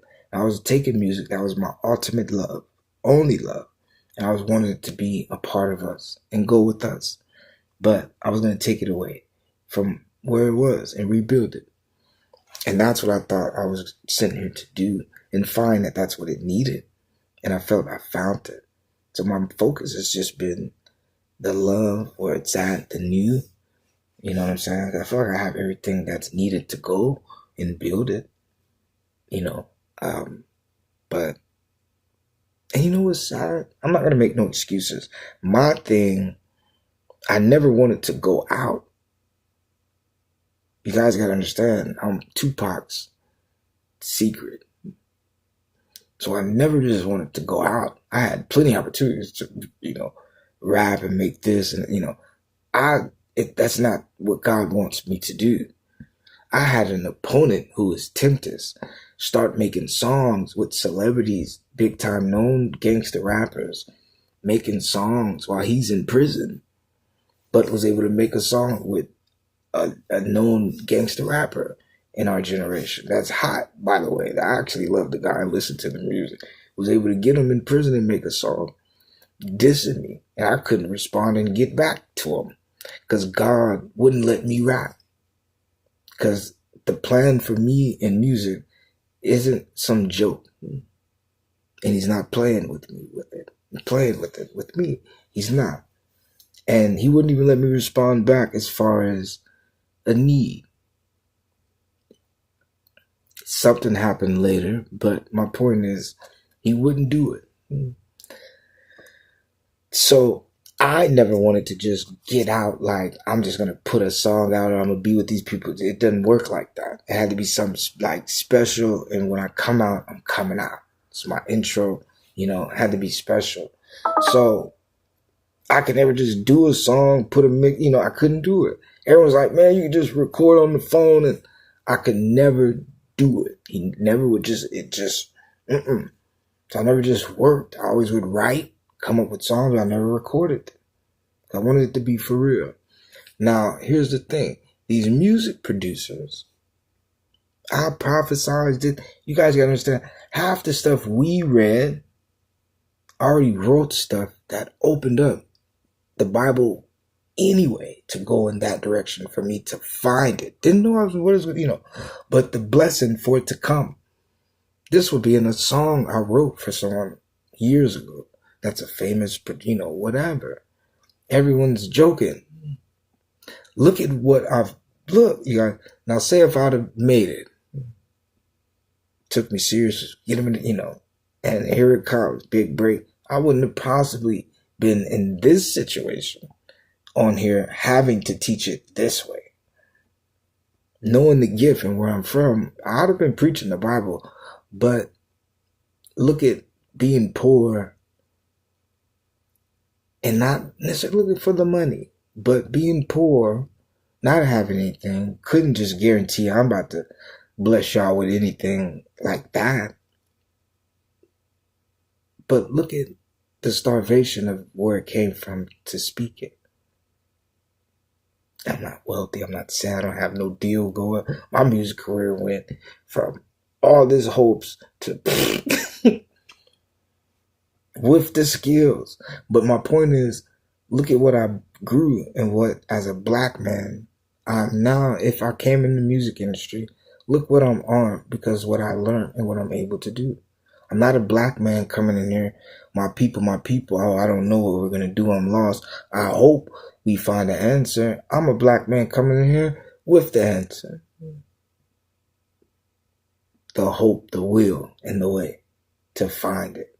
Because I already got it. We got it. We just got to go. So we're going to find it, put it out in this music, see if we walk it together because you're paying attention.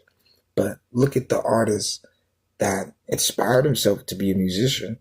For some reason, God said, wait, look at what I learned that I didn't know if I was going to rap. And would have been out here, white man, making us all, let's kill, let's shoot everybody here, but making songs.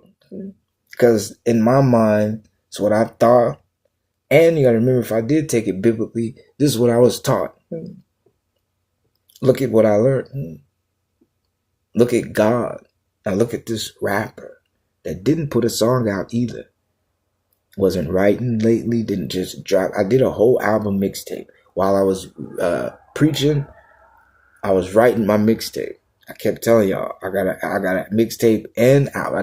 It's a mixtape and album. It's a double CD. See, Tupac's last album was the double CD. So my first album as a rapper, I said, what if I could make a double CD and even come up with that much material?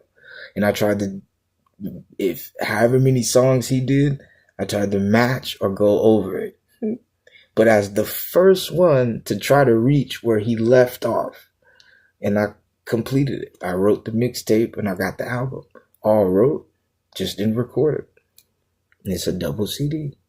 And I did it. And it's, if we all know, it's my biblical album that I came up with for my first one, giving thanks to God. Because the concept isn't, why wait to the award show to I want to thank God for all this. I said, I came originally just a song to say thank you. And say, I'm giving God my flowers first. And I said, that's just a song, right? And like I said, the whole album is the thank you. Then if my career and anything, blow up, I already put his thank you on what got it. Not after. You know what I mean? And it's really that concept. That I want to thank God is what inspired me to write it. I said, how can I show I am? And ain't no flute. This ain't no, I want to thank God. Like, I'm at the award show. How can people know? How can he know I'm thankful already first? Well, if the album does get me there, but I put it out for him. So that's the thank you. The whole, what I'm hoping and leaning on to get me there to say thank you on that way is the project itself for you, and that's what I came up with. That's what I thought would distinguish me from someone. Even that, as a new artist, that's his focus when he came in. If you don't give me that, if you saw that before, it's like, I'm just thinking. That ain't no gimmick. It wasn't, but I'm thinking, what about me? I don't want to copy, I don't want to, so yeah, there it goes. And still haven't seen it. Wrote the whole thing in my first digital dope, which is who I want to be my manager, Zaytoven's manager. Then it transitioned because he got me in with Zaytoven, and I was able to finish it, writing it in Zaytoven's DM. So when I came on here, I was already starting to write it. So I never needed Turk as far as trying to get music from him, but I was willing to do songs with him, but I was already tied to Zay. As far as me going, this is who I only want to work with, and if he wants to still work with me, then for sure, but that's who I'm hoping to give this to. So anyways, so I complete the album, and it, I'm amazed it didn't happen. You got to see God. That's the whole point. If that would have dropped, I wouldn't have been here. So it's and I'm glad I didn't record it, because while I'm teaching, I'm writing it. So half the stuff we do and ended up learning, I finished the album before we, I would need to go back and not necessarily change it, but because of what I learned, definitely put that is not change, but I'm pretty sure a lot of stuff in there, there's so many answers now that these questions that I'm asking, we know it. So I would definitely need to change it and that's why it didn't even get no song recorded. Because imagine having to change that. So God knew. So I'm not mad at Zay, because even in my heart, I said, if he brought me to the studio and we worked on it, yeah. But because it's dedicated to God, you got to understand, I'm relying on him to lead it out. Because that's the whole point of the album. I have to present God like no one it's not no God is real, pray, and you never see me again or hear it, I'm drinking, I'm trying to give you guys more. Because you got to get, what else are you guys going to have? Streets, fame, sports, entertainment, musician, education is booming. Success, you got a lot. No one is going to give you God. That's what's missing. And you really got to think, what would you teach? All eyes on you, the whole world. What really would you say to a world that clearly songs come out, people's success, get money and be balling? What does that got to do with any of it? And are you going to be another person in front of everyone throwing stuff up, flocking, flossing, showing stuff off while they don't have anything to? But they support you and give you every little thing they don't have, because you're someone that got something, still begging regular people for their money. See, everyone that's a successful celebrity now is basically like Beagle. And I just say Turk, you couldn't make fun of Turk because he's on here. Because everyone in their life got their hand out saying, give me your money. I got this or I got that. I need, like, people that got money feel like regular people, just because they put their hand out, we're supposed to give them something. And so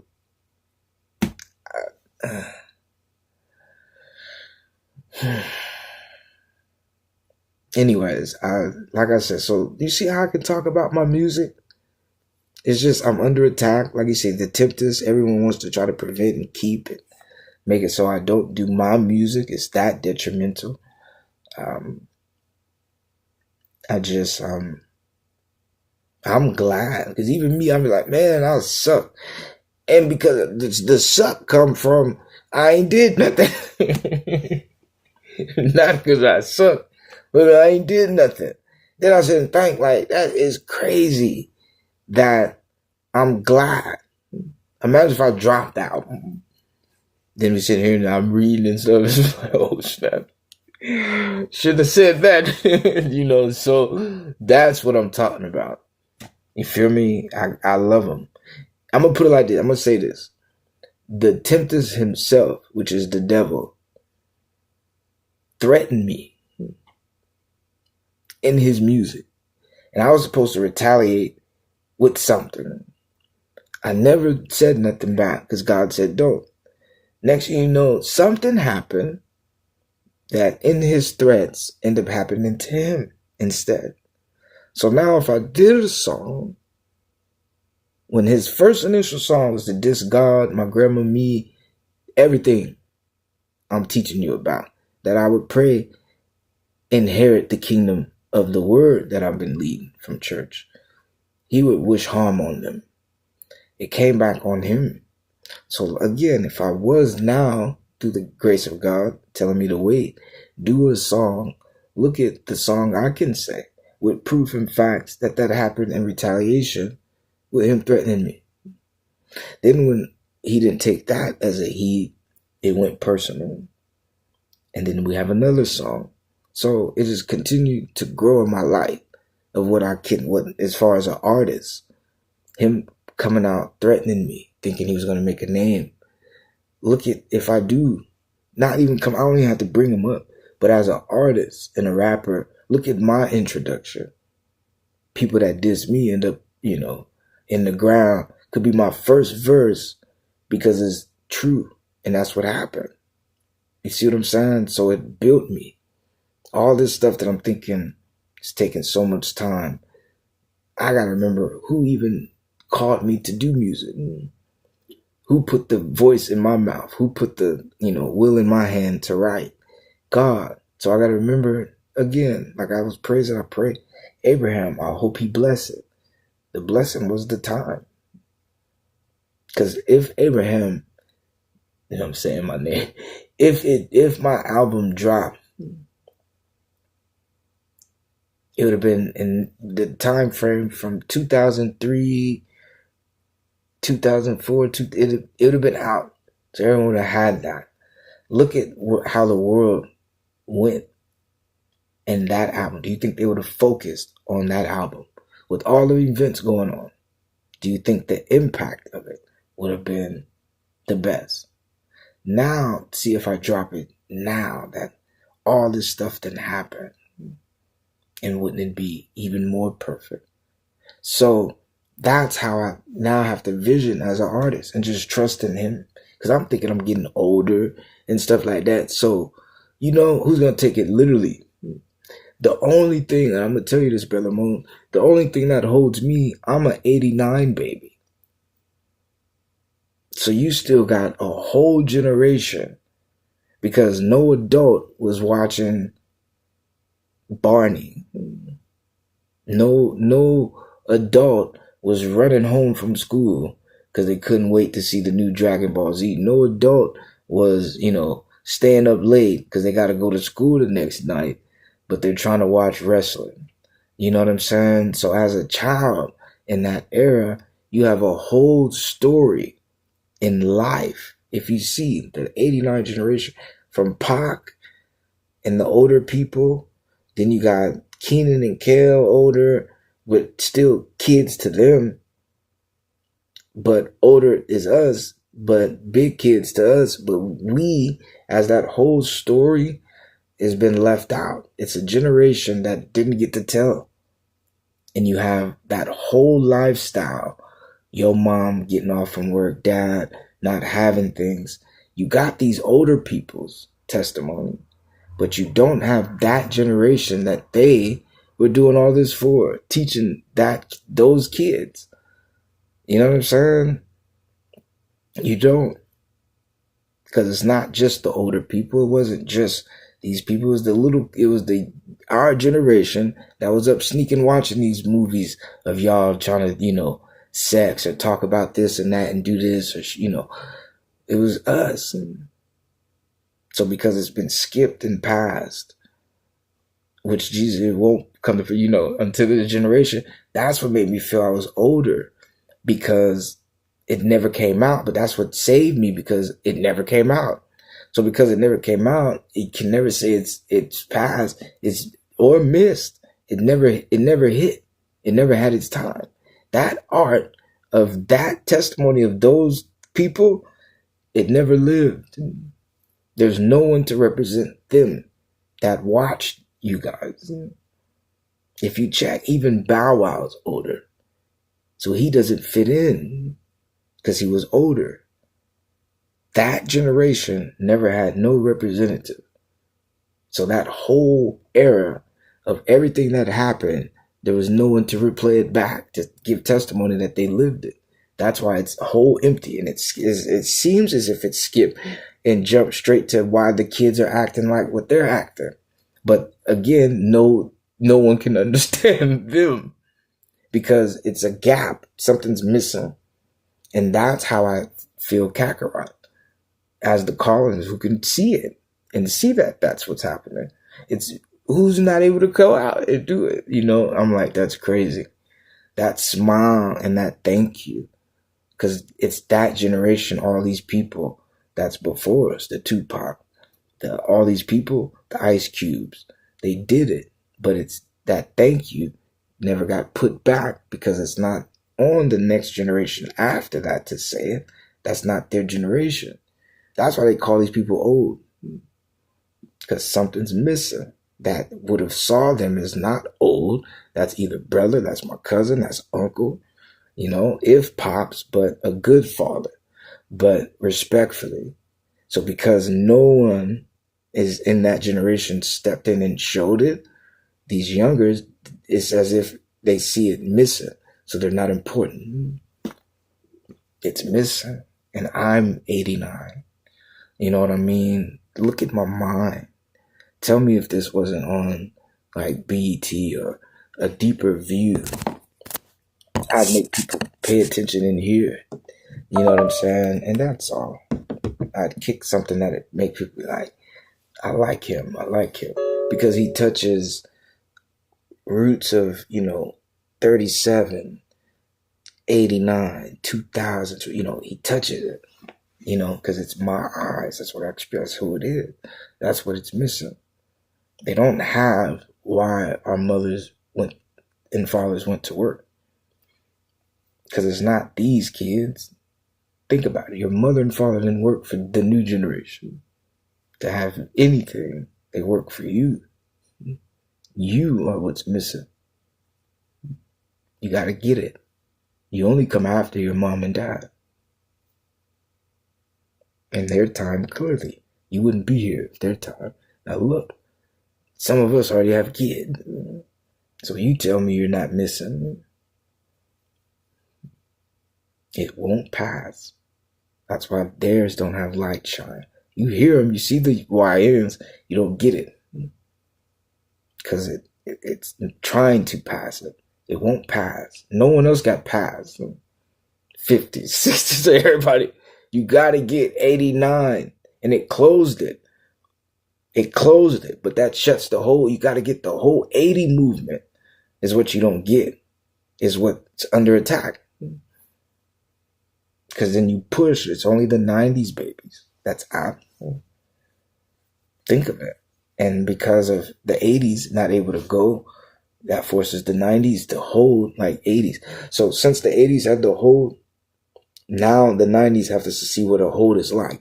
And now they're hold. Because now the 2000s, which would have been the 2000s babies, they would have, in a sense, maybe they should have been going. But because the 90s babies went but couldn't go because of the hold, yeah, the 90s weren't even supposed to go. 89 got pushed out, you guys. It's my generation that got pushed out. I'm my bad for it. It is. It's 89. 88 is fine. Even 90 is fine. It's 89 that's at heart. Trust me when I tell you. That's the generation whose voice you never heard before. If you heard it, you'd have heard God's voice. But because you didn't, it never got to tell its testimony. Trust me, it's 89. I'm telling you. The change in the world was 37. And the follow-up from her gift, it was 89. 89 is what did it. And you can mark me. I have a cousin whose identical birthday is mine, but she was 88. And 88 didn't do it. 87, 86, even 90. Because you would think if 89 passed, it would have presented 90 like 88, like everything else. Once 88 hit, it stopped. 90s put out, but it didn't look no more. It stopped. I promise you, it stopped in 89, you guys. I promise you. Because that's what has the world at halt right now. It's Generation 89. No one can move. I promise. No one can move because they're casted. They didn't get no spot. They're trying to erase it. So everything's at halt. I figured I already knew it because once the new babies who had every right to scream out and say what they wanted got hushed, I knew then. And what you see is a baby crying, but then you see something more important needs to be tended to. So when it got hushed, as if that urgency wasn't the cry, I knew immediately what it was. It may even be 37. It may even be Granny. I'm not even going to lie, because she's not getting no flowers. What grandma you know is honored versus the grandma that's doing drugs with the kids? The grandma that'll tell you to dress up, act right, don't curse, versus the grandma that lets you. Which one you think? So you tell me. I said it's actually grandma, because the grandma's who's really getting the worst end of all her work of what people are accepting to do after she taught you. Because what you see is when you see them passing away and there's not a lot, it's as if grandma ain't looking, or what it'd be like if I wasn't here, and you know what I'm saying? Like her time passing, now you can be bad. That's what you were witnessing. Because what you see is the decrease of those kind of grandmas.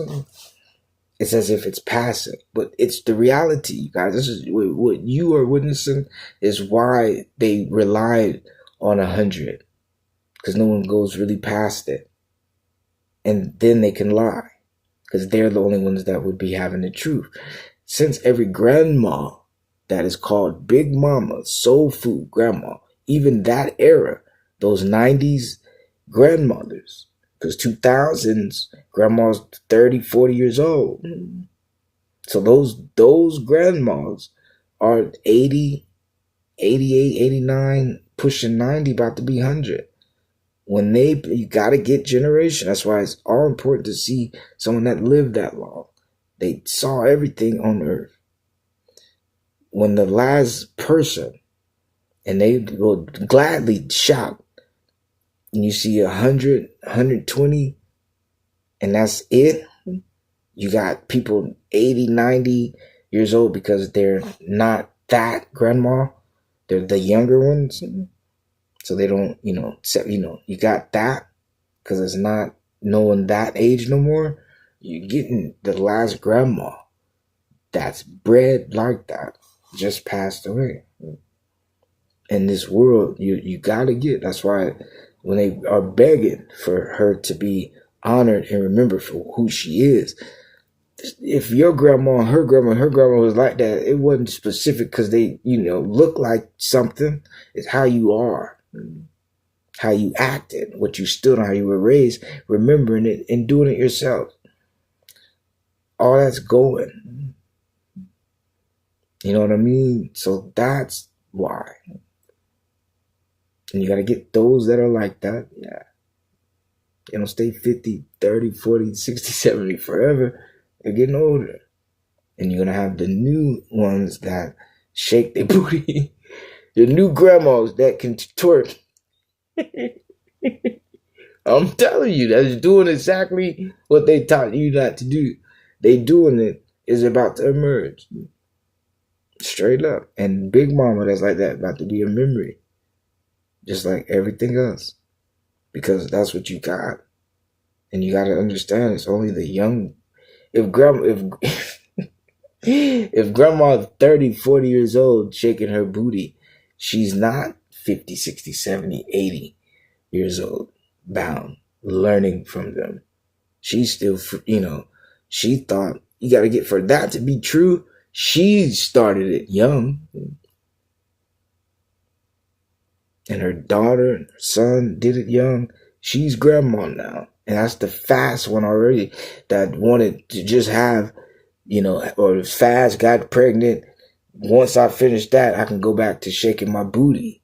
Now she's grandma. Got to be grandma. That's the only reason why she's doing that. She never got get back to it. That's who's going to be teaching everyone. Think about it. Look at the impact of what Big Mama did. She could have been shaking her booty.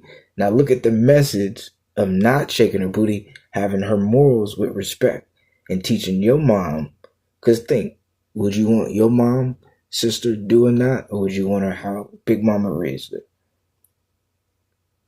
Because she loved her like that and kept her shunned from stuff like that. You got a grandma now saying it's okay. That's about to be that. And you see what it means to be, is what I'm showing you. Think of Israel. You know what it means to be. It's your time. They're going to teach that. It's okay. So you have a whole generation that you met the girl. I met the girl. That's how I know her. Grandma, mama don't play. She don't do that. You saw the nice one. You're going to have them. You got to get, she was raised to be like that. In a world that probably would have told her, come on, let's do this. She was raised to say no. You got a whole generation telling them it's okay. So there's no boundary. There's no, there's no think. It's go, do, act. And it's going to sweep. It's going to spread. It's going to hit. Because it's Big Mama that passed it to them to keep, who prefer not and say, no, I'm going to do this. So it starts. It all starts with neglecting, saying no. It's past for a reason. Deviating from it, trying to start something else, is what caused it. You already got it. That's no disrespect. Not every woman's going to teach their child that. But you got to understand the world is going to move. You think silent when no one could stop. Elementary is sex. They're having sex in elementary. And no one could stop it. No one could just teach, hey, that's not good. They're like, this is what you can do. They're not about to stop. So, think, it's moving. They already experienced. They already will vote for it. So how do you administer that not to be? When you're going to have it moving and sweeping. It's kind of like people, you're trying to mess up the party. So you're going to have so many. And the wars are going to be, and in the younger generation, is it going to be respectful, or are you going to be just lose sexual, just irresponsible? Like, what's it going to be? But it's not us. We can't do it. Because if we already picked to be respectful, it doesn't matter if we picked it. It's their lives that's impacted by it. So it's going to be their choice. And I want to see what they pick. For real. I want to see if they gang up on people because they choose not to have sex, or the mass is like, what's wrong with it? What's wrong with drugs? What's wrong with trying these things into life? For real. Because you can't hate some of it. as a teenager, you can't hate it. But do you want to call the way you were living moral too? You know what I mean? So you got to think like that too. You feel me? They got too much new stuff. You feel me? So it's just, anyways, you just gotta start thinking. Yeah, that's what I would. That's what I would start at if I was trying to. But yeah, you see that now. Look at that. Even that is a topic for music. The young teenage. You know what I'm saying? Even that, from Big Mama, grandma's dying, to the youth with the children. That seemed like that'd be a dope song. See, that's what I'm talking about. Like, you know what I'm saying? Like, I'm someone, when you listen to them, you're going to like it. Because it's not, and I don't just want to just always have you just where you think and can enjoy music. Music is something free. Music does have a vibe, and, you bounce and chill. Pac, the last person can say he didn't do a song club or a party song. It's just, what was it? And I give him that. I Get Around was real. Because still, people trying to do that kind of reenactment of that kind of kick it. California Love. How Do You Want It? Those was good put together songs that he still wasn't just, I'm in the club and my shoes look like that. I got a chain around my neck because it bling bling. So I was, look, hey, he didn't. Nothing like that was found in none of those songs. I love the way you activate your hips and push your hips out. Gotta go up, it's so bad I'm about to pass out. Wanna dig you, but I can't even lie about it, baby. Just alleviate your clothes, trying to fly about it, catch me at the club. Got me feeling body talking to me, but I can comprehend the meaning. Now if you wanna roll with me, now here's your chance. Do an 80 on the freeway, baby. Catch me if you can. Forgive me, I'm a rider. I'm still a simple man. All I want is money, the fame. I'm a simple man, Mr. International. Play it with the passport, just like a lot of bit. Anything you ask for is either him or me. Champagne, Hennessy, flavor of what? Flavor of Miami. I was lost on my enemies. Witness as we creep to a low speed. Peep what the hoes need. Pump some more weed. Well, you don't need. Repeat shit with a passion. So your body driven by attraction. Your body is banging, baby. I love the way you float it. Time to give it to daddy sugar and tell me how you want it. Now, nothing. Now that's what I'm talking about. That's dope. And he knew even the flow was a vibe. No music, he had no, just what I'm saying. So it's like, you get that. I could respect that. And I get that. Because then you see Biggie, and I guess I get it. Not to diss Biggie. What he say? I love it when you come up in the pop at the homie just play, like I hear it. I can hear Pac laughing, trying to clown him. Like, that's why you was rapping about that.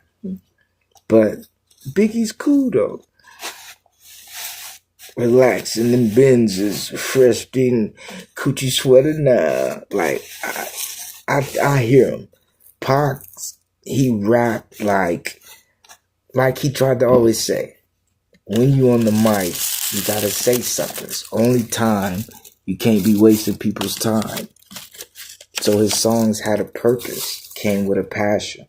Biggie was just a rapper. He didn't have just like a specific point other than to make the beat flow and drop some tight. You gonna think, you gonna vibe, you know what I'm saying? It's gonna make you real. Cause I checked Biggie. But it's cause he wasn't like that. He was rapping like that, but he wasn't like that.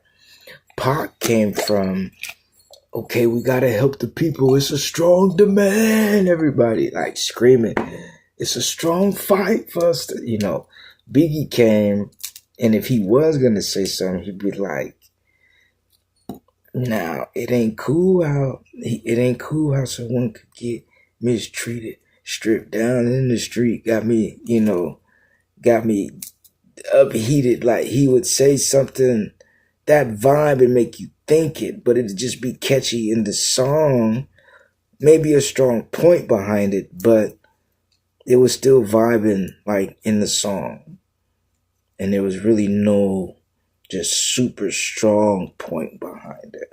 So I got the difference and I understood that. So, as we said, I'm not sure. I don't know. But anyways, okay. Yeah. So, to me, not everyone was like that, but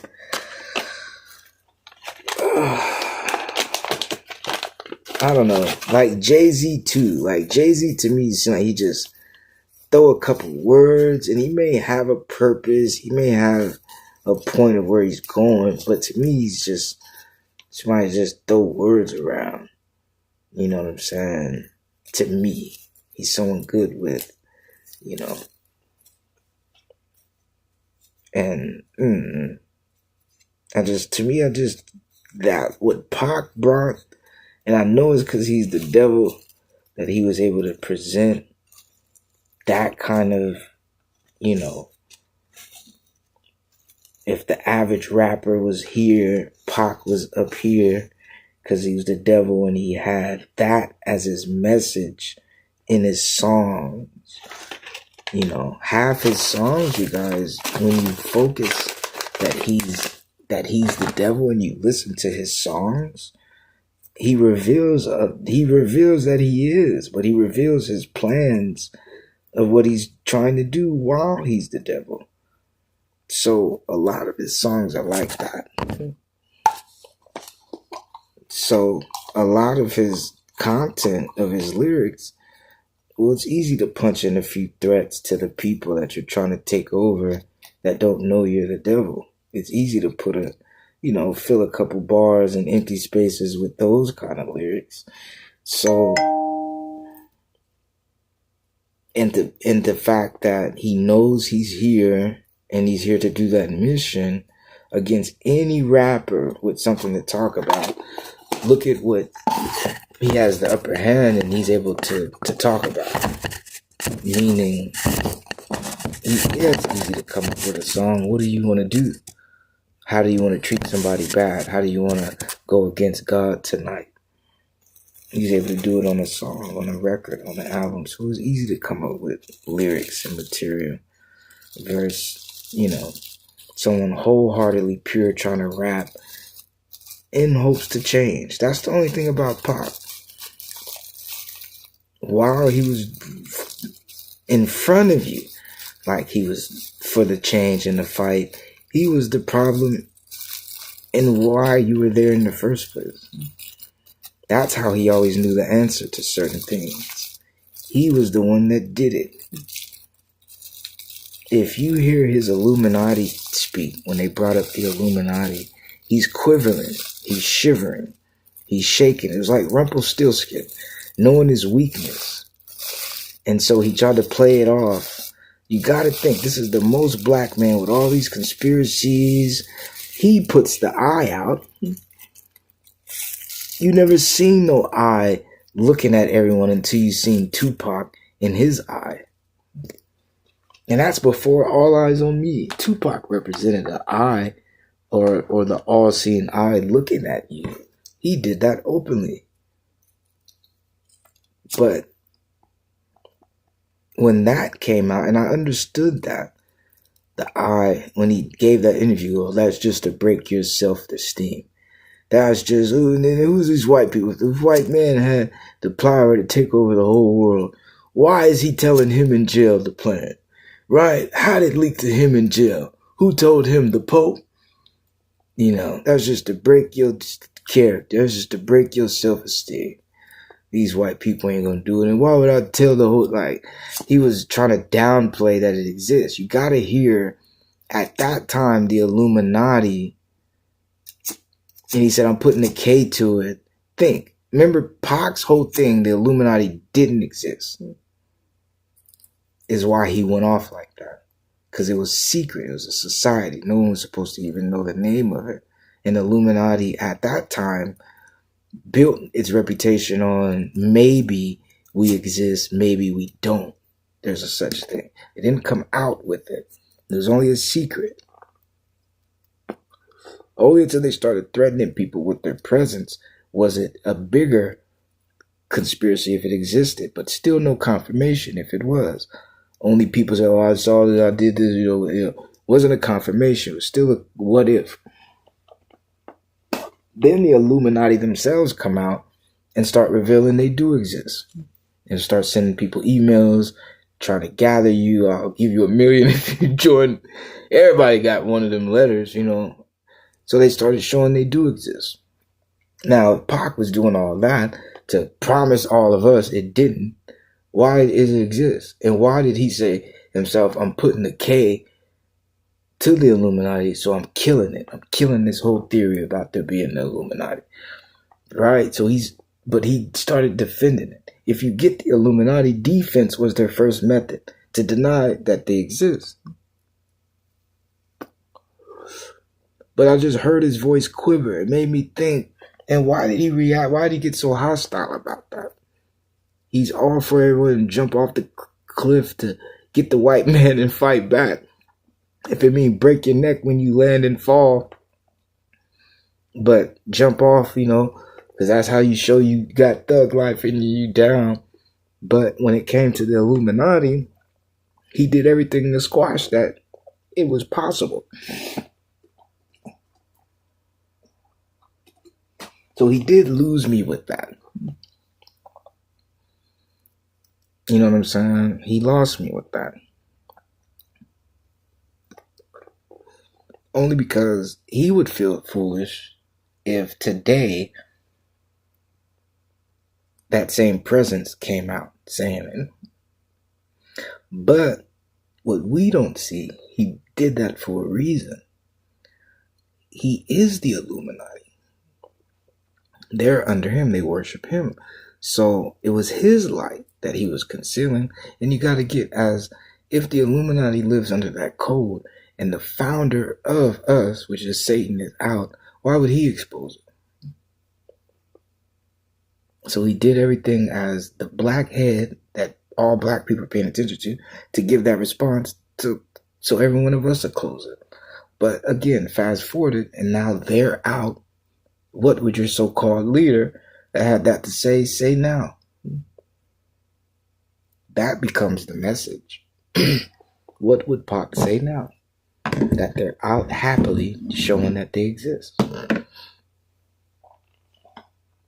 Now that would put emphasis on why he, and even that even put Illuminati under the target, as if it stands false, because if you killed them, why do they still exist?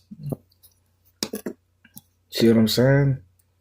So now that you know they exist, what are you going to do? So it's so funny. He jammed himself up with that. You got to see the jam up.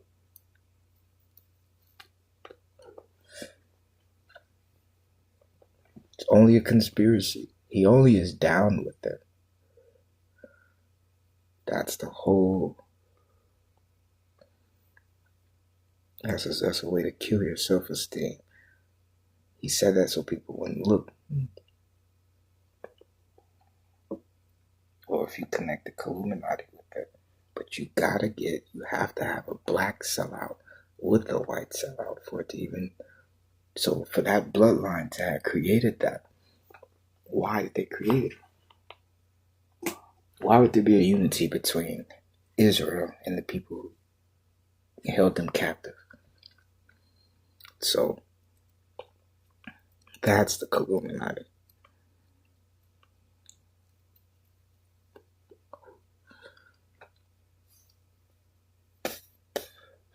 That's where all the black hip-hop people went to. Because Illuminati has power over the Illuminati. So when you hear a black man say, we rule this world as thugs or whatever, they're shouting out Pac. Because through Pac, as the devil, they do have power over the white man and all the power. They only worship him. He gave these black people that sold out the ability to be over them, and they worshiped him as Tupac's own. That's their place in Illuminati, the head of the Illuminati. That's how that works. And you guys gotta be ready, because Illuminati's on his way. He is on his way. And think of this. If he is the devil of the Illuminati, and the ritual is to take your soul, and I told you that's what Illuminati is. What does he say? Illuminati. What does he say? Hold on. What does he say? And God says, Illuminati to your body. The blows like a 12-gauge shotty. Illuminati to your body. The blow is like a 12-gauge shotty. Like when a 12-gauge blow, that's blowing all your soul away. Illuminati took over. And then you hear the song Illuminati. Around the way niggas get murdered by the full moon. I heard it blowing souls. He goes, I'm going to show you motherfuckers how it feels to drop a body. A simple glimpse of my lifestyle, Illuminati. Drop a body. I'm going to show you motherfuckers how it feels to drop a body. Now, drop a body ain't just someone killed them and they drop. Drop meaning I stole your soul and you drop. It's Illuminati. Got you. Remember, Illuminati to your body. The blows like a 12-gauge shot at. I'm going to show you how it feels to drop a body. A simple glimpse of my lifestyle, Illuminati. Then he has another song. It's called Part-Time Mother. And I swore I heard the voice of God in that song. As if when he's describing the devil doing this to this young lady, this voice was the voice in control the whole time. Like his dad was in this song. And I promised myself I heard it. The song is called Part-Time Mother. And he's talking about taking the soul of a young black woman. You know what part-time mother is? When you're a mother, you're full-time. When you're part-time, you deal with your baby when you get ready. Why is your mother like that? Part-time. That's why he put the song out. He did it. So the song is about taking her soul. Because then the girl that he's talking about attacking, she goes, Papa like the rest, he's feeling on my dress, got his hand on my chest. It wasn't just a test, and yes, I was nervous. Is this a pest? I just don't deserve this.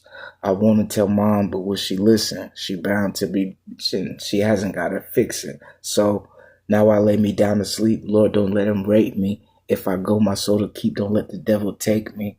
Can't contemplate in the classroom, thinking how my stepdaddy raped me in the bathroom.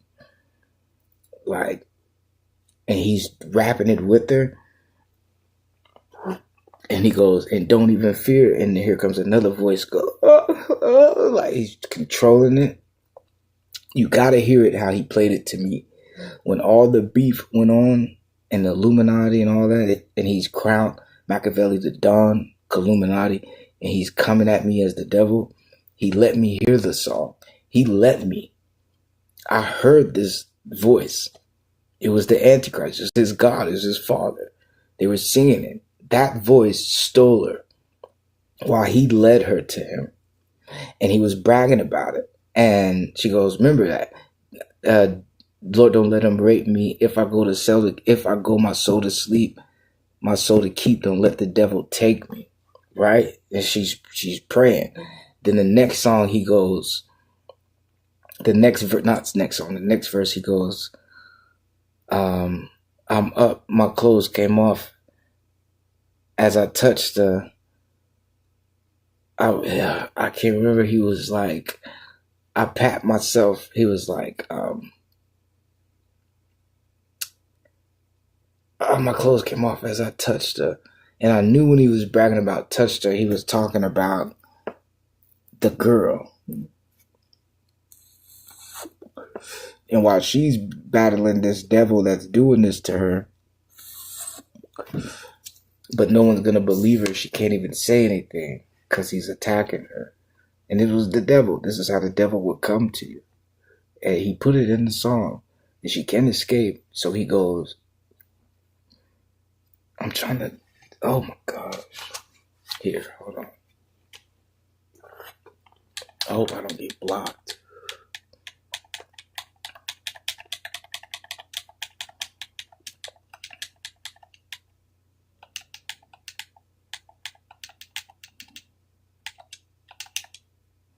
Okay. His Part-Time Mother is the song. I hope it ain't too loud. I don't know where my remote is. What's this?